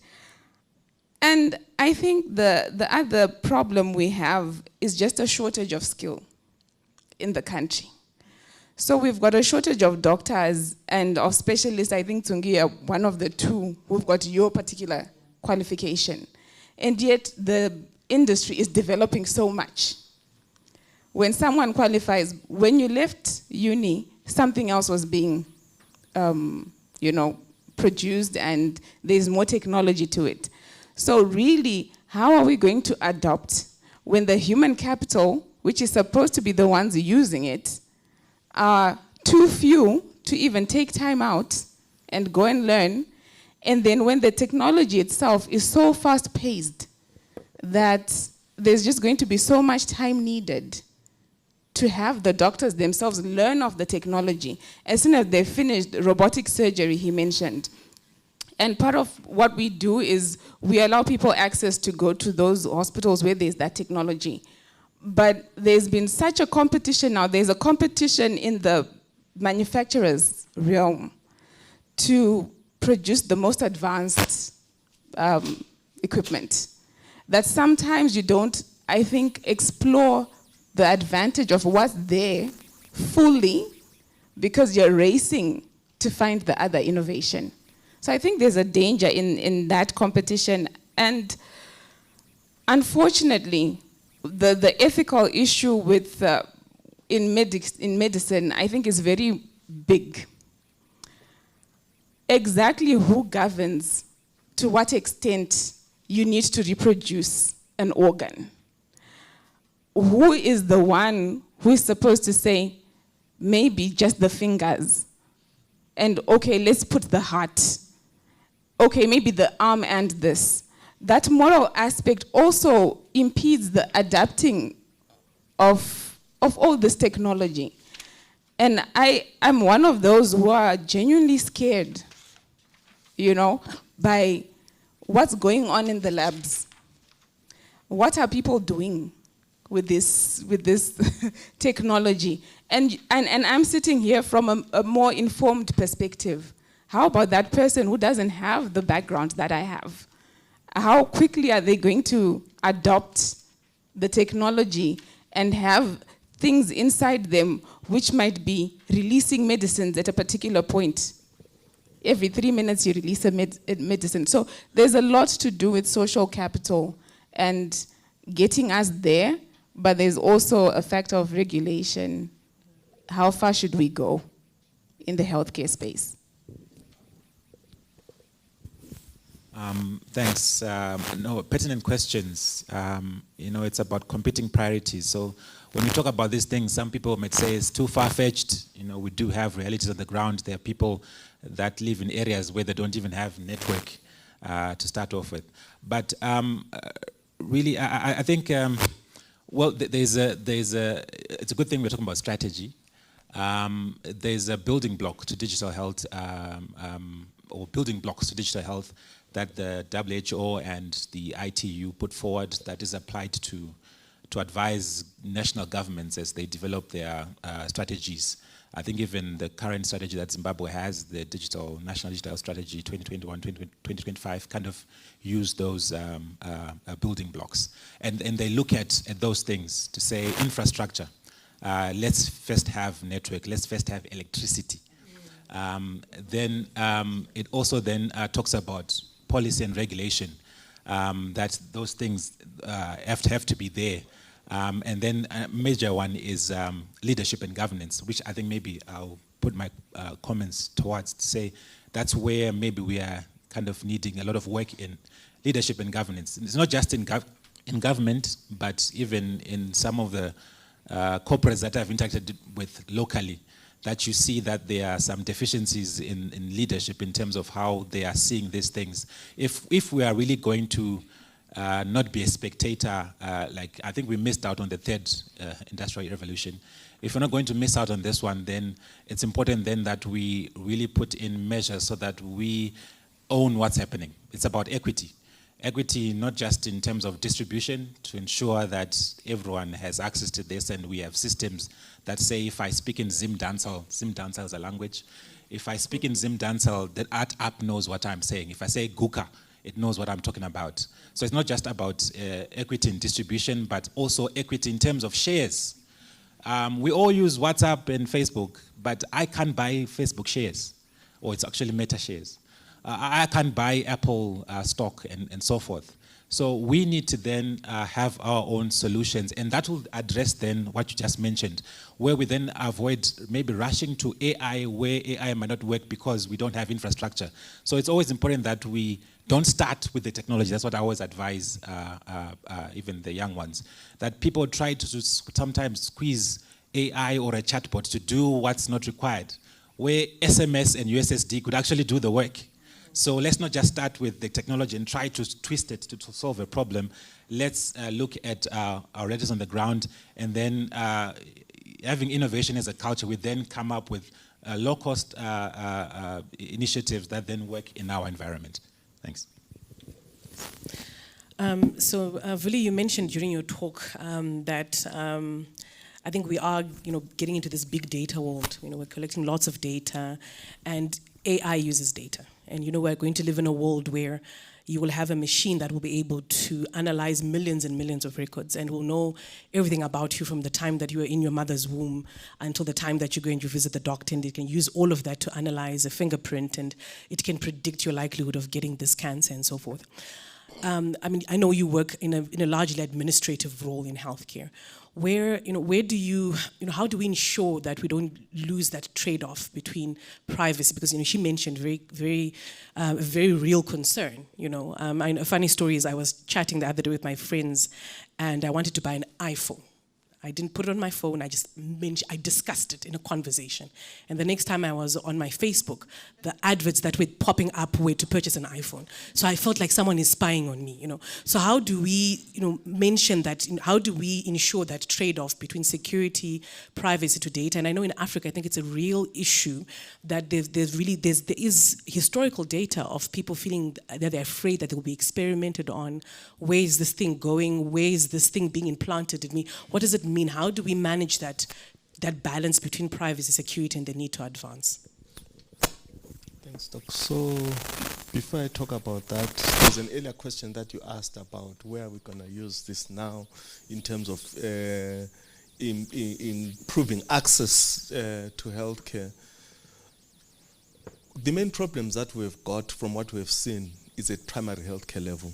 People just need access to primary healthcare. If you can make it happen there, we would have solved a lot of our problems. And there is technology that's becoming available even to assist that, like the examples I gave on mental health and well-being counseling.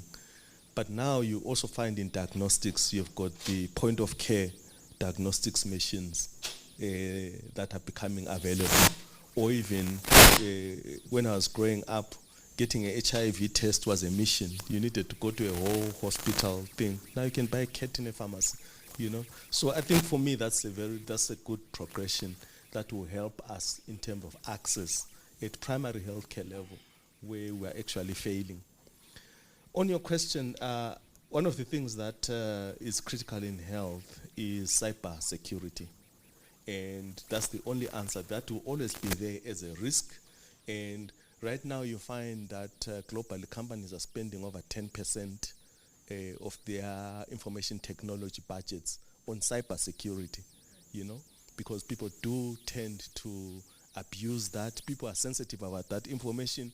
The earlier example I gave about the vaccination app that we had done, that it wasn't given a chance.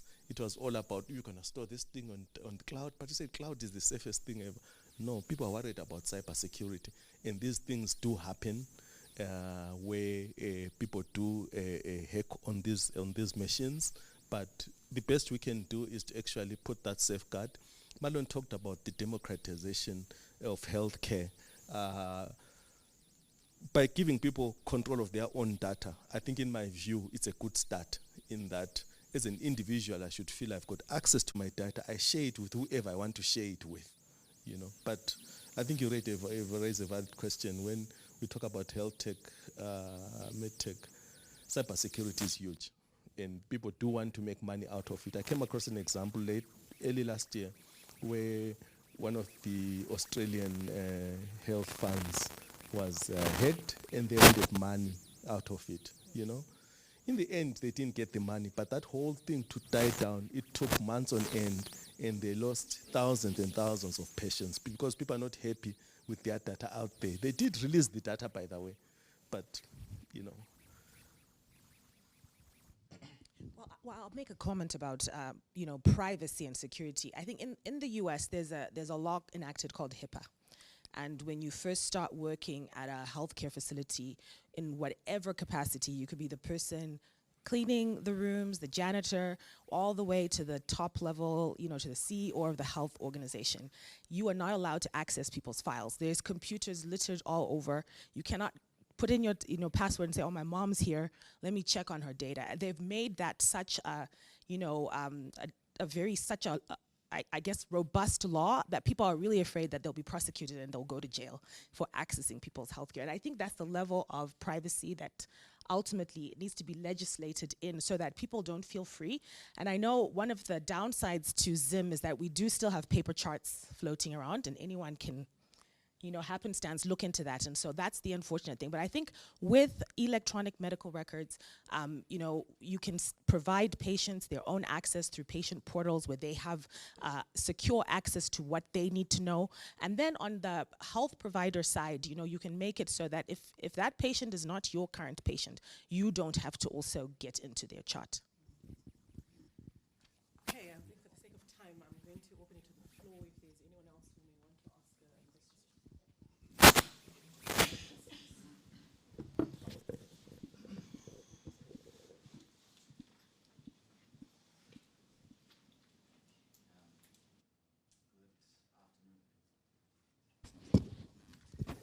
So I've got a couple of questions for everybody on the floor. I know Marlon is probably the only tech advisor in medicine. I'll call him that. So a med tech consultant. The one thing that has struck me is the cost of all medical technology. So the cost of anything and everything in medicine is really high. So adoption sometimes is difficult because of the cost of these things. If I was to give a personal example, anything that works in intensive care, any mobile device, if it's being fronted by GE or Mindray, you're looking at a minimum of 25 or 30,000 to actually have me sitting in one room having to, just looking at the patient's monitor. So patient on a ventilator, patient on a multi-parameter monitor, just being in the next room, I have to pay $25,000 or $30,000 for that. So the cost is a big, big, big negative for that. Giving examples like Vuli mentioned point-of-care machines, like a point-of-care ultrasound machine, something that I can use with my mobile device. I'm looking at a minimum of $5,000 for the probe that I can just attach to my phone. Looking at examples in fintech, how M-Pesa and how EcoCash came onto the scene, and they provided a much cheaper way of transacting. No need for a bank account, no need for any expensive technology other than the cell phone that you have, whether it's an iPhone or a Mbuzi, it works just the same.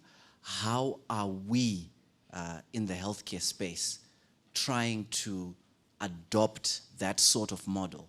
How are we going to EcoCash or M-Pesa our way to adopt healthcare technology? That's the first one, and I hope Marlon and Vuli could answer that for me. The second one is for Marlon, and I'll give a reference. I don't know if anyone has watched the movie The Last Samurai, where there was a fight for the soul of Japan. You had an old samurai who was fighting, the Industrial Revolution, because they felt that this Industrial Revolution was sort of bad, for Japan as a whole. So it's a fight between technology. So it's the new age guys versus, the old school guys. The old school guys still sit on, the councils, and they're very, very influential. So how do you, Marlon, propose that we get these technologies out there? Because primary care is a big problem. But if a patient in Chiandambuya or in Bulilimangwe can access the services of Dr. Munutu at, minimal cost, how do we get the regulation in place so that we do the ultimate good? And I know there is always a cost that is attached to this. There's a cost for the consultation. There's a cost for your expertise. But how then do we adopt these technologies so that we can, benefit the doctor, who also needs a good salary, according to you. So doctor needs a good salary and the patient needs a service. And for Sarana, I'll make another reference because I like Star Wars. And I'm always very offended when I see medical treatment being given to, even in the most critical time, a trauma victim, a medical droid comes to give treatment. And I'm thinking to myself, is this where we're going?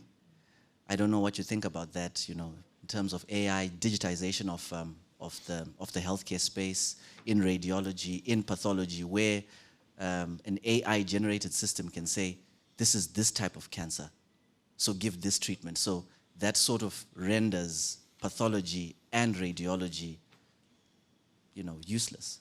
So I don't know what you think about that. Thank you.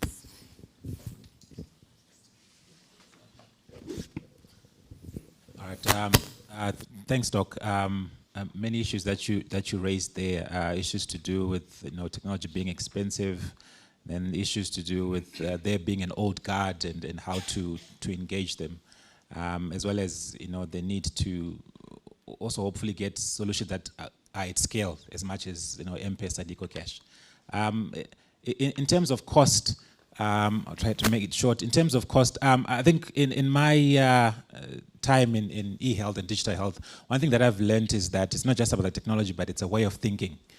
So sometimes not about resources, but it's about being resourceful. So yes, I do understand ICU machines do cost a lot coming from all those companies, and I would like to, if I'm on a ventilator, I would like it to be under a ventilator from a brand that I know works. It won't, it won't die out on me. So I mean, those guys have kind of cornered the market, and so it's expensive. But for us to break that, we do need local solutions, and sometimes before we just rush to buy some things, with that mentality of being resourceful, we can hack some things. And you mentioned about the connection between the doctor and the patient. So we have, yes, maybe the patient is in ICU and you are at home. So maybe the link might be manual.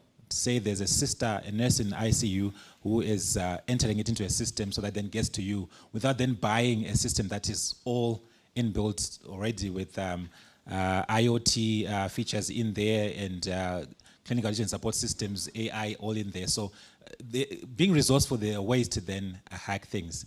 Then in terms of the old guard, they are there. You mentioned 100 years of existence, and yeah, we want people to live up to 100, but they should not be running the country at 100. So anyway, age doesn't matter as long as they're young at heart. So in my experience, what I've realized with those guys is they need it to be very visual. So if you come and talk, they won't. So if you do a prototype and you show it to them to say, this is going in here, it's going to do that, and that's the result, then they'll then warm up to it. And they also like to attend these international conferences where they hear other young people talking about how they're using technology in their countries. So when they come here, they'll make the right speeches. So when we then just show up to them with prototypes that work, it lubricates the conversation. It then doesn't become too much of a headache for them to try and see if it is wizardry and witchcraft at Hogwarts that we are applying to get this technology working. Then in terms of solutions being getting up to scale, I think Mr. Matthew mentioned something that's important, that we need our economics to work. If we look at people that are covered under health insurance, it might be less than 5%. And I mean true cover, USD cover, which with shortfalls, not long falls. So there are fundamentals that we then just have to, we do need our economy to get up there, but also through innovation, we can tap into that uninsured market, that informal market, and come up with solutions that are low cost to then rope them in. Thanks. Can I just comment on the issue that you raised where younger generations maybe are not coming up as fast? In my profession, which is chartered accountants, I've seen that work quite interestingly, where the younger people actually take up the mantle, you know, and go into those leadership positions, into those committees, you know. I became president of that institute when I was like 40 years old, you know. So that's the kind of thing that people should do. And I was one of the older ones. There had been some that became president of that institute when they're in their early 30s. So that's the way to do it. But can I talk about the costs, which is what you raised? The problem with Zim is that our healthcare, in my view, is underfunded, you know? Underfunded from a point of the public sector, what we should be putting as government into money. If I were government, personally, I would be putting a lot of money into health and education, just those two things. And I think it will change quite a lot of our perspective. It's underfunded, we're undercovered as well, as Marlon has mentioned, but there's also low trust, you know, including out-of-pocket expenses. I don't know how you measure wealth, but I can assure you the wealthiest person in Zimbabwe is not the top surgeon or even the chartered accountant, but it's probably a prophet or a priest. Ask yourself that. It's the trust. We have to build the trust levels, you know.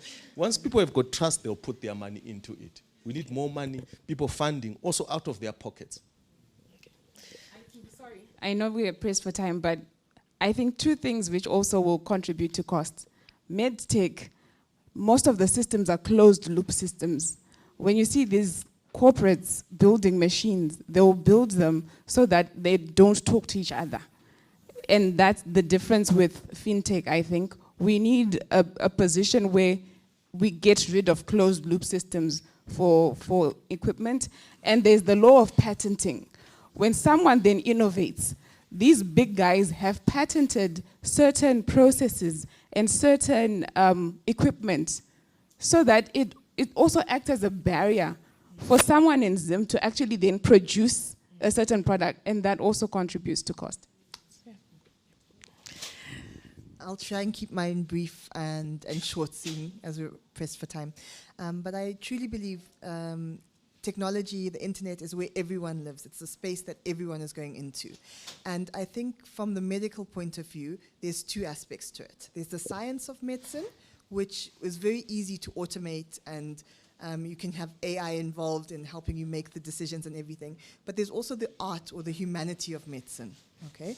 And in terms of that, I don't think that's something that a machine will ever replace.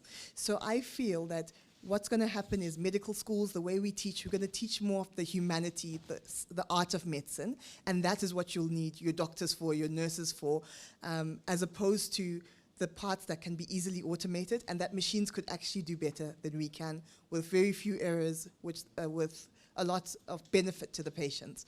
So I think when you look at it that way, it becomes a lot clearer and a lot simpler. But I also think there's a lot of ethical challenges that come in.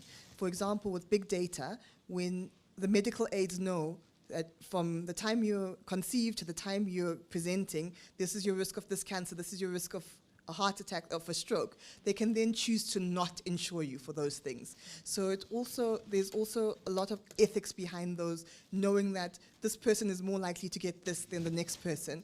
And it's also where regulators and everything need to come on board to say, okay, as a healthcare insurer, you can't then say, well, because we know this about you, we're not going to take you on for that.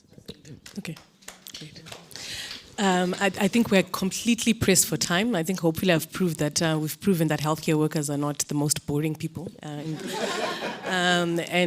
think we can have a chance to chat outside when we're done over the lunch break.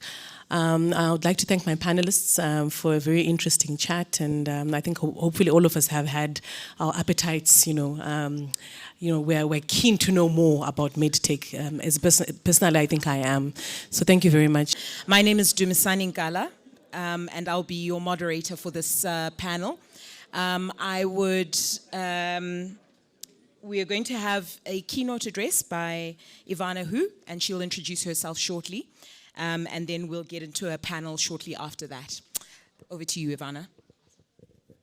All right.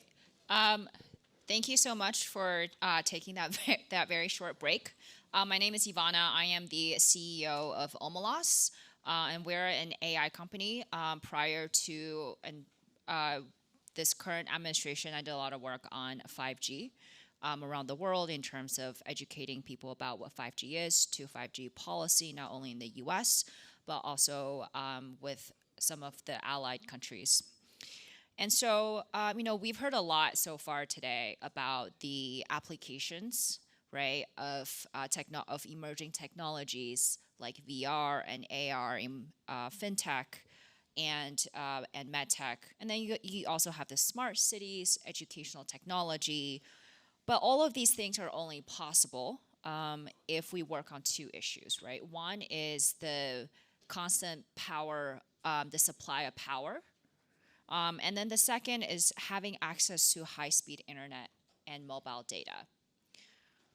And what this specifically means 5G, because a lot of the things that we're talking about on the back end involve millions and millions of data points. And you need high-speed computing in order to actually create the algorithm at the end and being able to disseminate that across long distance. So while Zim might not actually be currently ready for 5G for the mass consumer market, it's critical for at least industries to have access in order to actually be able to move into the fourth industrial revolution. And so, I'm here as a guest speaker that the US Embassy has brought over. I know a lot of you from one-on-one meetings that I've had this week, as well as the seminar that I did virtually, I believe it was 2 weeks ago, maybe 1 week ago. Everything's blurring together. And I'm not going to, be here and tell you, this is what I think Zimbabwe should do, because I'm not from here. I'm only the technical expertise. But in my opinion, the ecosystem that we want to create and foster around 5G should involve 6 parts. The first is the technical. So should we look at fiber optics, satellites, especially with the incoming Starlink and other satellite companies? And should we be looking at traditional 5G or the virtual version where it's a lot more focused on cloud, right? The second is really the finance piece. Hardware and the software behind 5G are extremely expensive. And there are different types of models around the world depending on the vendors that you're currently working with, right? So how can we actually involve external and internal banks and creditors, loans, et cetera, to actually be able to work with telcos here and other telco players as well to make sure that that can actually be financed without falling into the debt issue, the debt trap. The third is regulations. 5G is very heavily focused on, it's very dependent on the government giving out and doing spectrum auctions and giving out licenses, right? And also, because of the applications of 5G, it also involves a lot of regulations around data privacy, cybersecurity, and who actually owns their digital data. The fourth are the vendors. Currently, we were told that there are only 30,000 devices in the entire country that can access 5G. Right. And out of the 30,000, only 2,500 are mobile devices. So if you have an iPhone that's not an iPhone 12 and above, you can't get 5G because your phone just doesn't work, right? Samsung has not been certified, and so even if you have the latest version of Samsung phones, you still can't get 5G in Zimbabwe. So a lot of these issues still need to be worked out before we can have this network effect of 5G. The fifth is basically we need to actually involve universities and research. The reason why a lot of countries have entered into 5G is because of the economic impact. Countries can specifically say, based on research so far, we know that 5G is going to increase our GDP in the next 5 years by $2 trillion, or $21 billion, or however much it is. We tried to find that number for Zimbabwe, and it currently does not exist. And so we're using other proxies saying, well, you know, this is the number for Southern Africa, and so maybe this is a number for Zimbabwe. But this is where universities can actually come in and be able to give us that data point, right, in order to create that demand. Universities also need to start turning out telco engineers and developers who understand 5G. It's a very technical field. I was just at HIT, the Hawaii Institute of Technology, yesterday, and they just started or restarted their telco specialization. But it's still going to take them a couple years to have engineers here in Zimbabwe who understand how 5G works. And finally, we need to talk to the international players.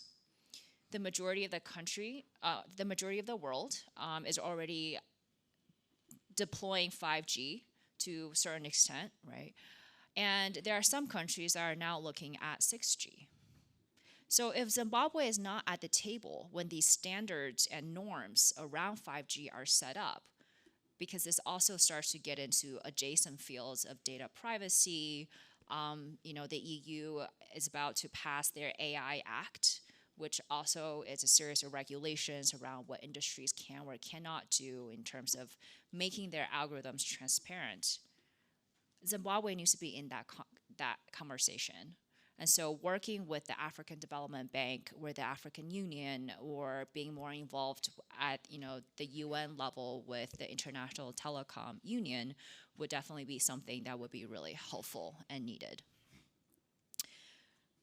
So, and finally, we have to think about the societal impact of 5G, because while it is critical for businesses, it does actually emphasize a problem of inequality, which I believe someone brought up during the first panel, of if the majority of the country is still at 2G, that still means that we need to maintain the 3G, the 2G, the 4G, the 3G LTE networks, right? So that people can still get access to connectivity.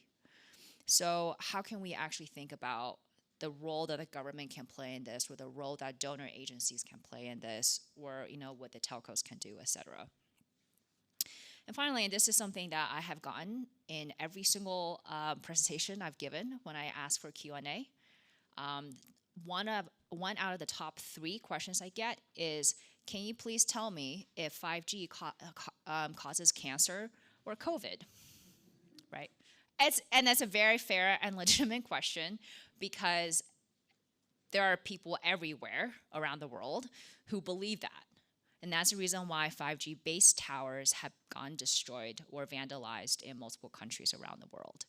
And so this does involve public education campaigns to address myths or disinformation campaigns like these, saying, no, 5G does not cause any of these things, and sort of explain to them why, right?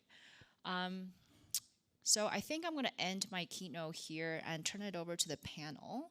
I know that I touched on a bunch of different things, and if you have any questions, just let me know. Thank you so much, Evanna. And welcome to the panel time. Thank you so much for keeping your remarks brief and those very incisive points that you gave, which I hope we can revisit as we are on the panel. Like I said, my name is Dumisani Ngala. The way that we will launch the panel is, first of all, I'm going to please ask you to not fire.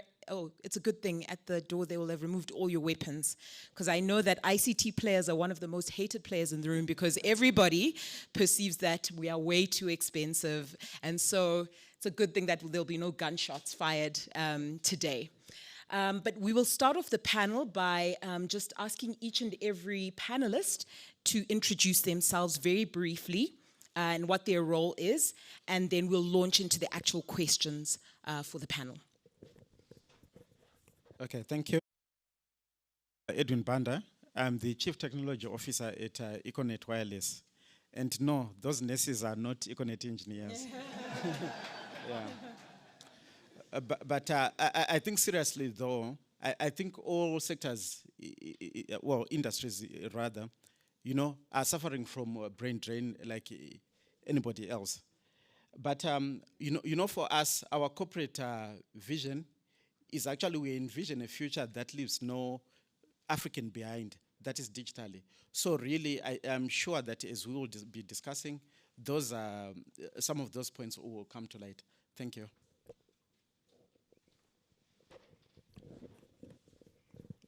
Thanks to me. I'm Neva Ncube. I'm the CEO of Dandem Tande, and I'm also the current chair of the Internet Access Provider Association.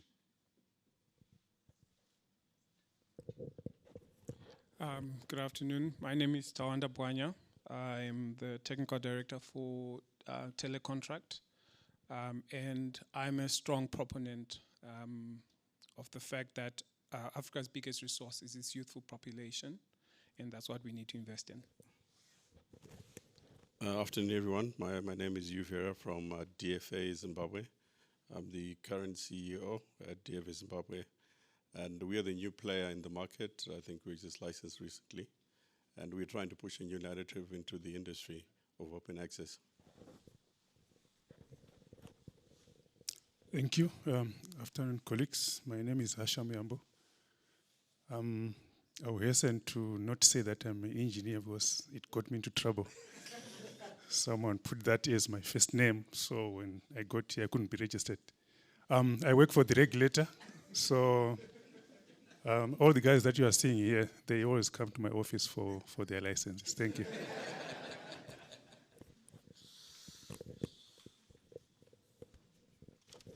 Thank you very much, colleagues, for introducing yourselves.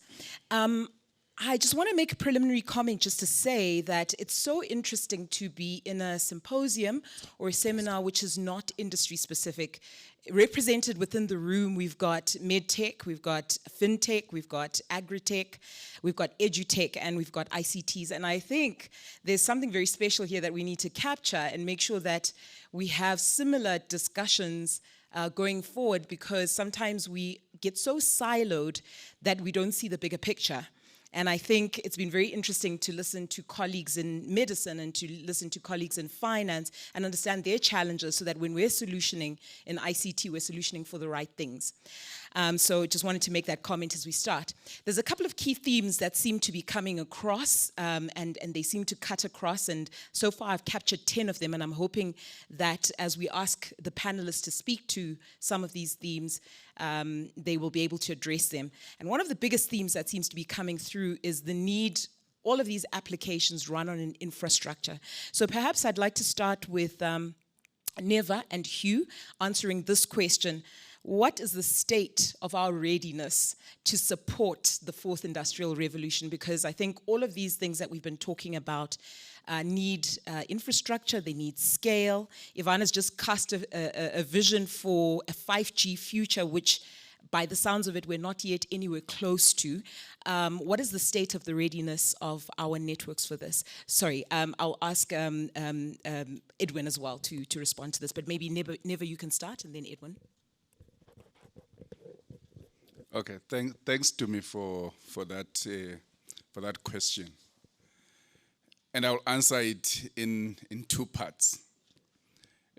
Because when we're talking about the fourth industrial revolution, there are key imperatives that need to be there, and one of them is high-speed connectivity. The other one is low latency, edge computing, and network security. So those are the key things that really anchor our ability to deliver fourth industrial revolution solutions. So coming back home, and I think all colleagues in this room would really understand that the networks have suffered from undercapitalization for a very long time due to various reasons. Obviously, as a country and as an economy, there are a lot of challenges that we've had to grapple with in the last 20-odd years. So because of that, we've laid the foundations of being ready for the fourth industrial revolutions. So if you look at the current players that are in the market, there's a lot of investment that they've done in fiber infrastructure. There are some that have also invested in data centers. But on the whole, I think there is need for all of us collectively to put more infrastructure to support the technologies that are coming, all these frontier technologies. So we are not 100% ready. The foundations have been laid, but there's a lot more that needs to be done. Thank you.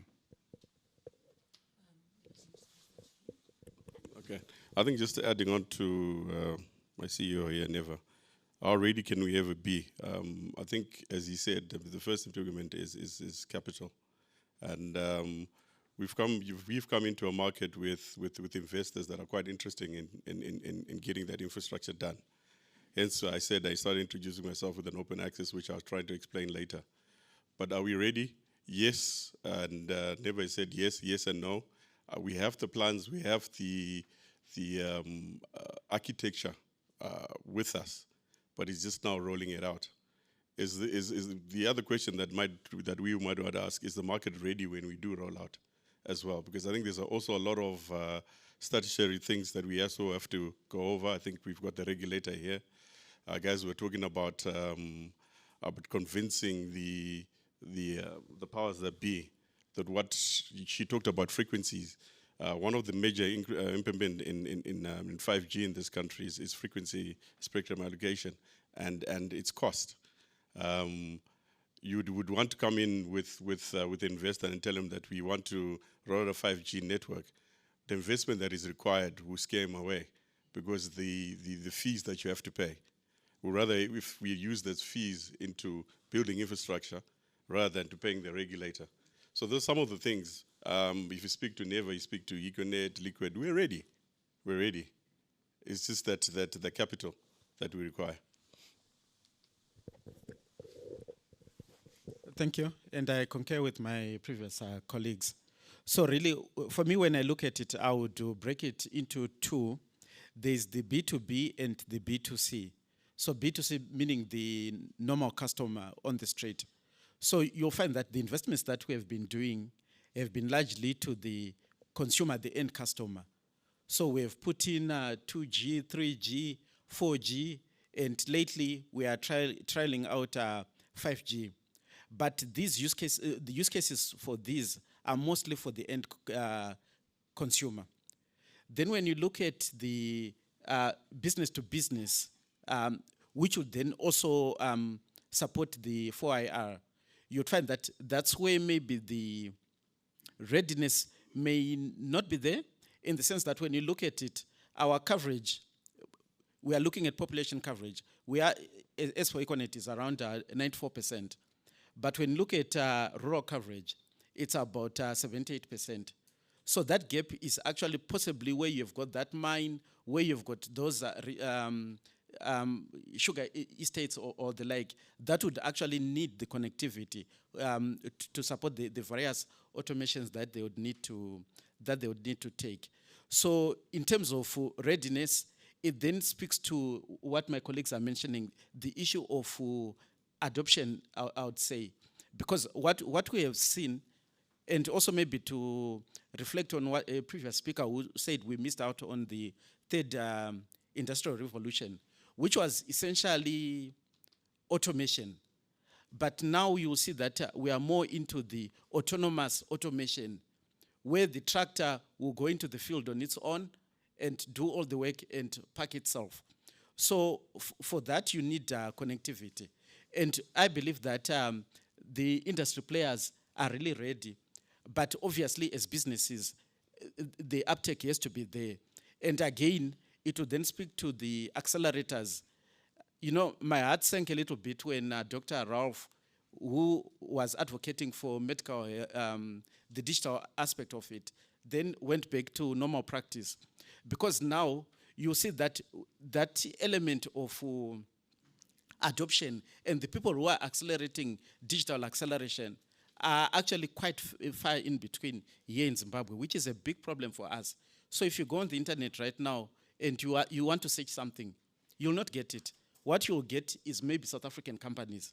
But the more we get adoption, I believe that the industry would be able to support those requirements. Thank you.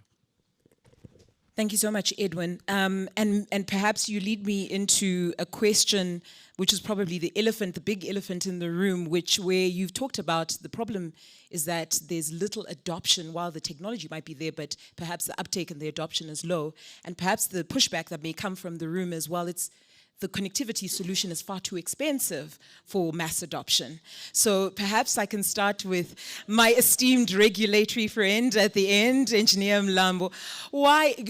Maybe give us an industry perspective. Why is our connectivity so very expensive? And then I'll ask my colleague Tawanda to also speak to the costing of our solutions and why the uptake, maybe, which is the other side of the equation of why the uptake may not be so good.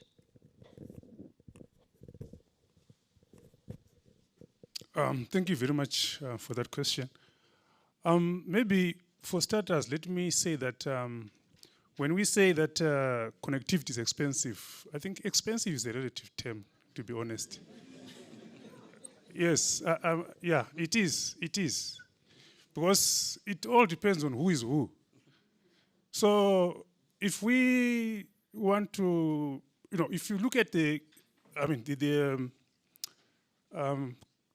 cost, the tariffs that are being charged, I think essentially they are charged in RTGS, essentially. So if we want to look at the actual value of our tariffs, they're actually very low comparatively if you compare regionally. Yeah, I'm serious. If you do that, you get to know that. So what I'm saying again, in the telecom sector, I think everything that is used to be able to give us the service that we get is actually sourced, outside our borders, and that needs Forex. And for these guys to be able to recoup whatever they would have invested with our tariffs, it will be quite a non-starter, to say the least. So sometimes we really need to look at things the way they are and then see how best we can then maneuver around them. Otherwise, yes, expensive, I understand what we mean when we say it is expensive, because the ordinary person out there cannot afford the tariffs, which is true. But in real terms, are they getting enough? Because at the end of the day, the equipment needs to be renewed, they need to buy space, they need to do a lot of other things. And this is done using hard currency. So will they be able to go and buy fresh equipment to roll out their network out there or not? Otherwise, we're going to have a dying service. This is what we don't want. So let's look at it in that light. I understand that it is expensive, and I also believe that. But let's try to look at it in real terms to say, is it really expensive? Let's see what other countries are charging, and then compare to what we are paying, and then we can see the difference. Thank you. I can't oppose my regulator. So I'll speak to maybe the cost build-up from a service provider endpoint. And there is a disconnect, I would agree with him, on as far as investment versus what you get out of it. I think this is true for most businesses in this country. But for maybe to just buttress what my colleague said around readiness. So what we have in Zimbabwe is a case where investment has been made. So for instance, backbone-wise, most of us have enough backbone probably to carry 5G in terms of the physical infrastructure, the fiber required. The next level would be the investment in actual capacity, equipment that you need to put into to capacity to enable that. And that is a function of where is the customer going to come? What justifies that kind of investment? So most of us over the years have been really investing a lot into that infrastructure if you're a fiber operator like us. And what we're basically stuck on is how do you activate the demand? Because we can't capacitate this network in terms of equipment without the corresponding demand. Who's going to pay for it? So what becomes the major constraint there is the readiness of the market. 5G is not necessarily going to be cheaper, because I think Evanna already spoke to the huge investment required. So there will be some cost. It might give you more speed. It would definitely give you more speed, but the cost still has to be recouped. We are here to do business. So that's our reality. And one of the pain points for me personally would be, obviously, there has to be a meeting point. We are a landlord country for one, which means most of our capacity to get to the internet for one, Mr. Ndlovu was talking about cloud, has to come through other countries. We don't have a port. So there are elements I do think that, at a regulatory level, we need to find ways of further democratizing access to that, because what it does is it will, in the interim, actually enable us to unlock more to the user. Because the cost of that gets cheaper. It means what we can offer to the user. Because I think maybe the disconnect could be that cost versus what you get. We do want more speed. You want to stream faster. You want to watch that video quicker. So maybe that's where we would need to meet. Thank you so much, Tawanda and Engineer Myambo. Perhaps let me direct this question just following on that line of thinking, and maybe lines of thinking that came from previous colleagues who talked about the scale issues of a country like Zimbabwe, where I think similar to, I think it was in the financial services chat, they spoke about, the keynote speaker spoke about the fact that when you look at a Zimbabwe, which has only got a population of 12 million, versus a South Africa, which is maybe 52 million, the scale when you're rolling out a network of this type and the vis-a-vis the investment and the capital investment that's required, perhaps that also creates some level of disconnect, and maybe my financial colleagues in the room at some point can chip in on this one. Maybe can I direct this question to you, Neva, and then perhaps to Evanna as well, just from a global perspective, to maybe make comments around how does or how can a Zimbabwean, we've got, I think, a landscape that has about 11 to 13 players in it, coexist, address such a small scale market, but yet the demands on the capital investment are very real, and the customers are crying and saying it's just way too expensive for us to really roll out anything viable on it. What are some of the possible solutioning that we can come up with? Maybe, Evanna, you can start at a global scale, and then Neva, you can follow, maybe just narrowing it to our Zim context.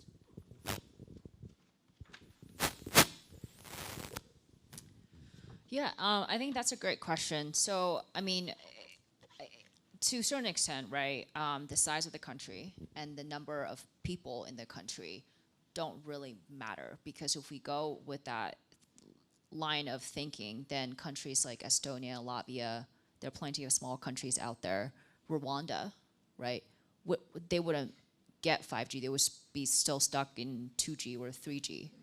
And that's clearly not true. Estonia has 1 million people, maybe less, something like that, right? Very small country, but they're rolling it out. But I think it's because the governments there they value the access to the internet. And these are the same countries that have been lobbying the UN to actually add on the right to access the internet as a fundamental human right.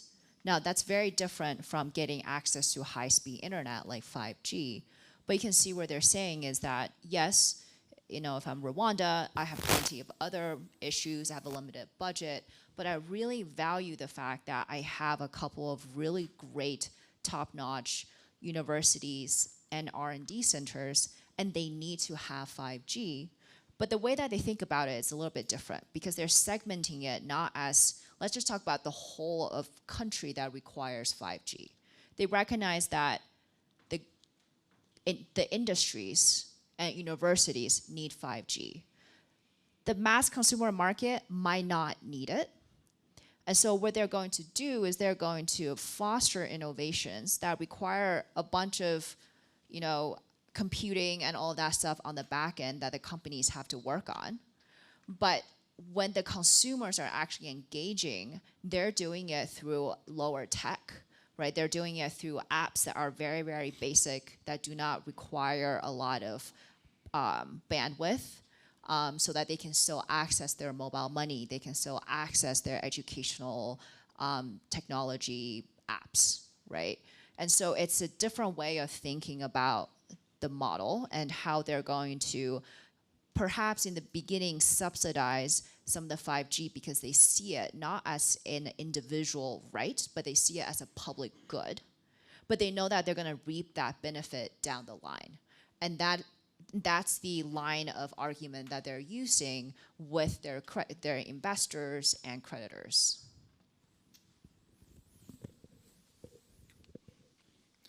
Thanks, Evanna, for that, for giving us the global perspective. I think bringing it closer home, firstly, I will talk about us as players, because I think we've got a role to play. We're talking about, you said about 13 or so players that are in this market.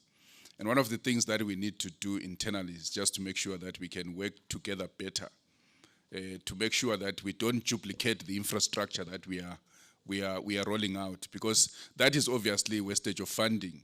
So amongst ourselves also, we just need to introspect and make sure that when we are rolling out infrastructure, we're not duplicating ourselves. We're not using infrastructure as a competitive advantage, but making sure that the infrastructure is rolled out for the public good. So that's one of the things.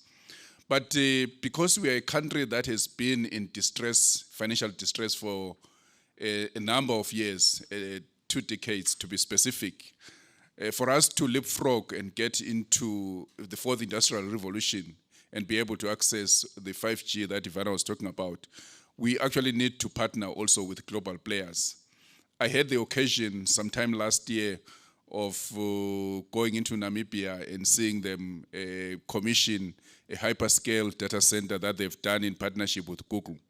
So we need to begin to speak to these hyperscalers, for instance, and convince them that in a country of 16 million, I think, in a country of 16 million, there is enough market and activity for them to want to come and invest in Zimbabwe. And then the government has got a role to play. I think one of the ways where the government can play and play actively is making sure that they roll out infrastructure in the underserved markets. Our current internet penetration is around about 65% now, I think is at the end of December. So we still have about 35% of the population that is not having access to internet. And the reasons are being simple. For us, we've got a profit motive. It's not economic at times to roll out infrastructure in those areas. And therein lies an opportunity for government to be able to go out and roll out passive infrastructure that can be shared by all players. And therefore, that by so doing, they'll close that gap. It can either government direct funding or government through the Universal Services Fund. That can also play a part. And also linked to that is the taxes. Just to speak to the cost that everyone worries about. I think we are the only sector that has got 2 additional taxes that no one else has. In 2014, a new tax was introduced to the sector called the excise duty on airtime, which is 5%.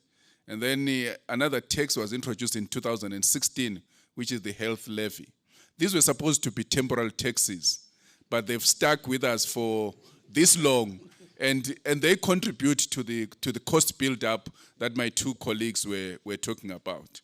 So those are some of the things that the government can help with, and obviously not to mention the spectrum fees, because we've got a blueprint on us getting to a digital economy. So do we want to reap that out of the spectrum fees, or do we want to make sure that we provide an enabling environment for people to roll out 5G, and together we get to the digital economy? Thank you. Thank you so much for that, Neva. Engineer Miyamba, I'm going to throw you once again into the spotlight and maybe start with yourself and then with Hugh to follow on quite quickly after that. And the question really is, I think, and it's been mentioned in every single conversation we've had so far, there seems to be a disconnect between our policymakers and the industries that are running on the ground. How do you think we can bridge this divide between policymakers and industry in order to ensure that we're all moving in the same direction in relation to these things, because I think Neva here is bringing up the issue of a somewhat disconnect between policymakers and government and the industries that they govern in regard to rolling out more network and making it very efficient and effective to do so. Please go ahead. Thank you very much for that question. I think what needs to happen is that if you look at the pace at which technology moves, it doesn't really make sense to have a 5-year policy or some regulation that is, goes on and on and on and on, yet technology is moving. So there's need really to make sure that if we have got a policy, it has to be a policy maybe at most maybe 2 years, and then it's subject for review. Otherwise, if you've got 5-year policy and then it goes on, and yet things are happening on the ground, then it doesn't really work. So there's need maybe to sensitize the government, maybe on the part of the regulator, to try to ensure that we have shorter policy periods as opposed to the current cases where maybe we've got more than 5 years or more. It doesn't really go well when it comes to technology. Thank you, Engineer. Maybe if you speak to it from, you're the newest player in the room. How easy have you found it to navigate our policy environment, and what do you think can be done to just make it a little bit more effective?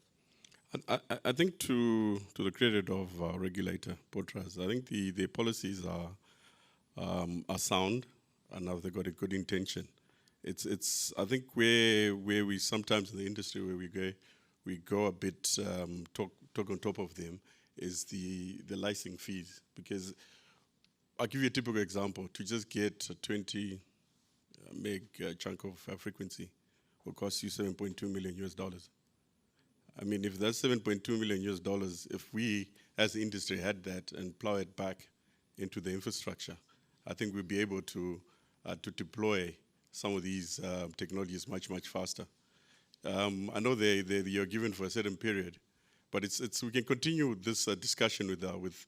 I think our regulator has been quite perspective, because they're listening to us. We've had a lot of platforms that we've spoken to them, that we need to just look at some of this pricing. Yes, for Zimbabwe, 7.2 million is a lot, but if you look at other regions, you'll find that it's even more expensive. But let's go back to what Neva said, that we've been underfunded for a while. So let's consider that pool, that if I have 7.2 million, should I be paying for a license for it, or should I be deploying network? So it's as a new player, those are some of the things that you look at. And I know that issue that you talked about, the pricing and our service being expensive. So people now can start taking that perspective, why some of it is that expensive, and the taxing that Neva has talked about. I think we're the heaviest taxed industry in the country.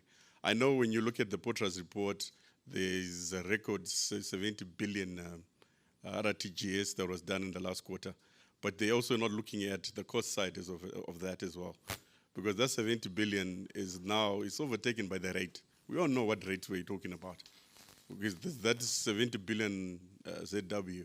Really, if you put it now into real money, it is actually nothing but then the cost that we require to deploy network. So yeah, it's continuous lobbying with Potras to make sure that we get to a level where then data becomes affordable for everyone.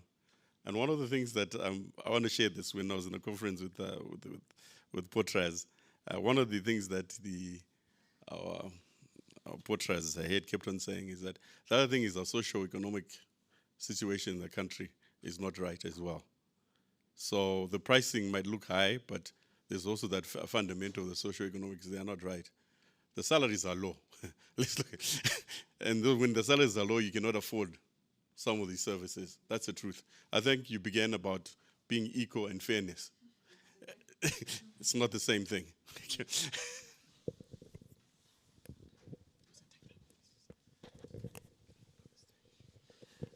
First of all, I want to just thank everyone for making time today. We went 30 minutes longer than I promised you.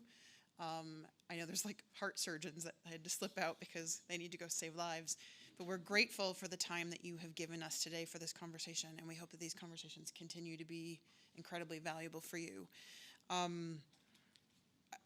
This range of conversations reminded me of a moment in the United States government. I'll share a little bit of an inside story. We had done about 15 years of PEPFAR, which of course Zimbabwe knows well, and there was concerns about us not reaching young women, young girls in particular, for care. And so there was a huge study done about why were our interventions not meeting their targets, where were we going wrong?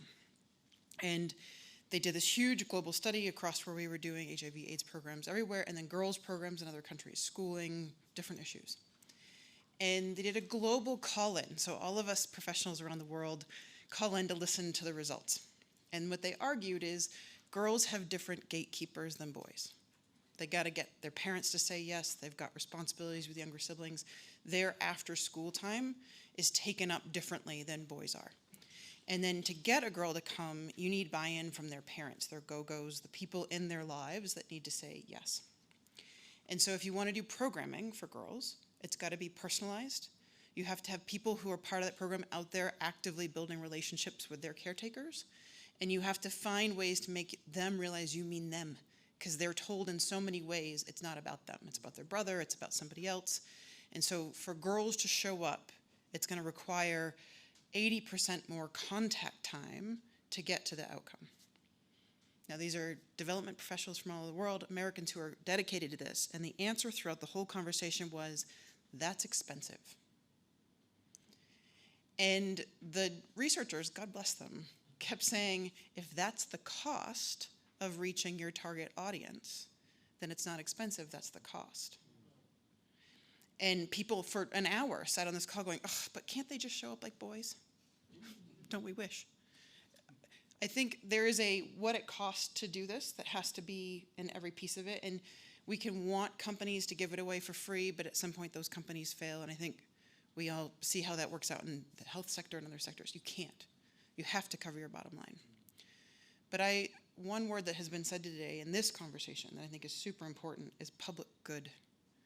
There are a few sectors in our societies that can't just be about the bottom line. And they don't thrive if it's about making a ton of money for them. One of those is electricity. And there's a reason why those are co-ops in the United States, and they're run by communities, and we keep electricity going because it's not a huge business where you make huge margins. It's a public good. And I think internet needs to be thought of in that space. And I love the question about that socioeconomic divide. There are constraints here that are unique to this country.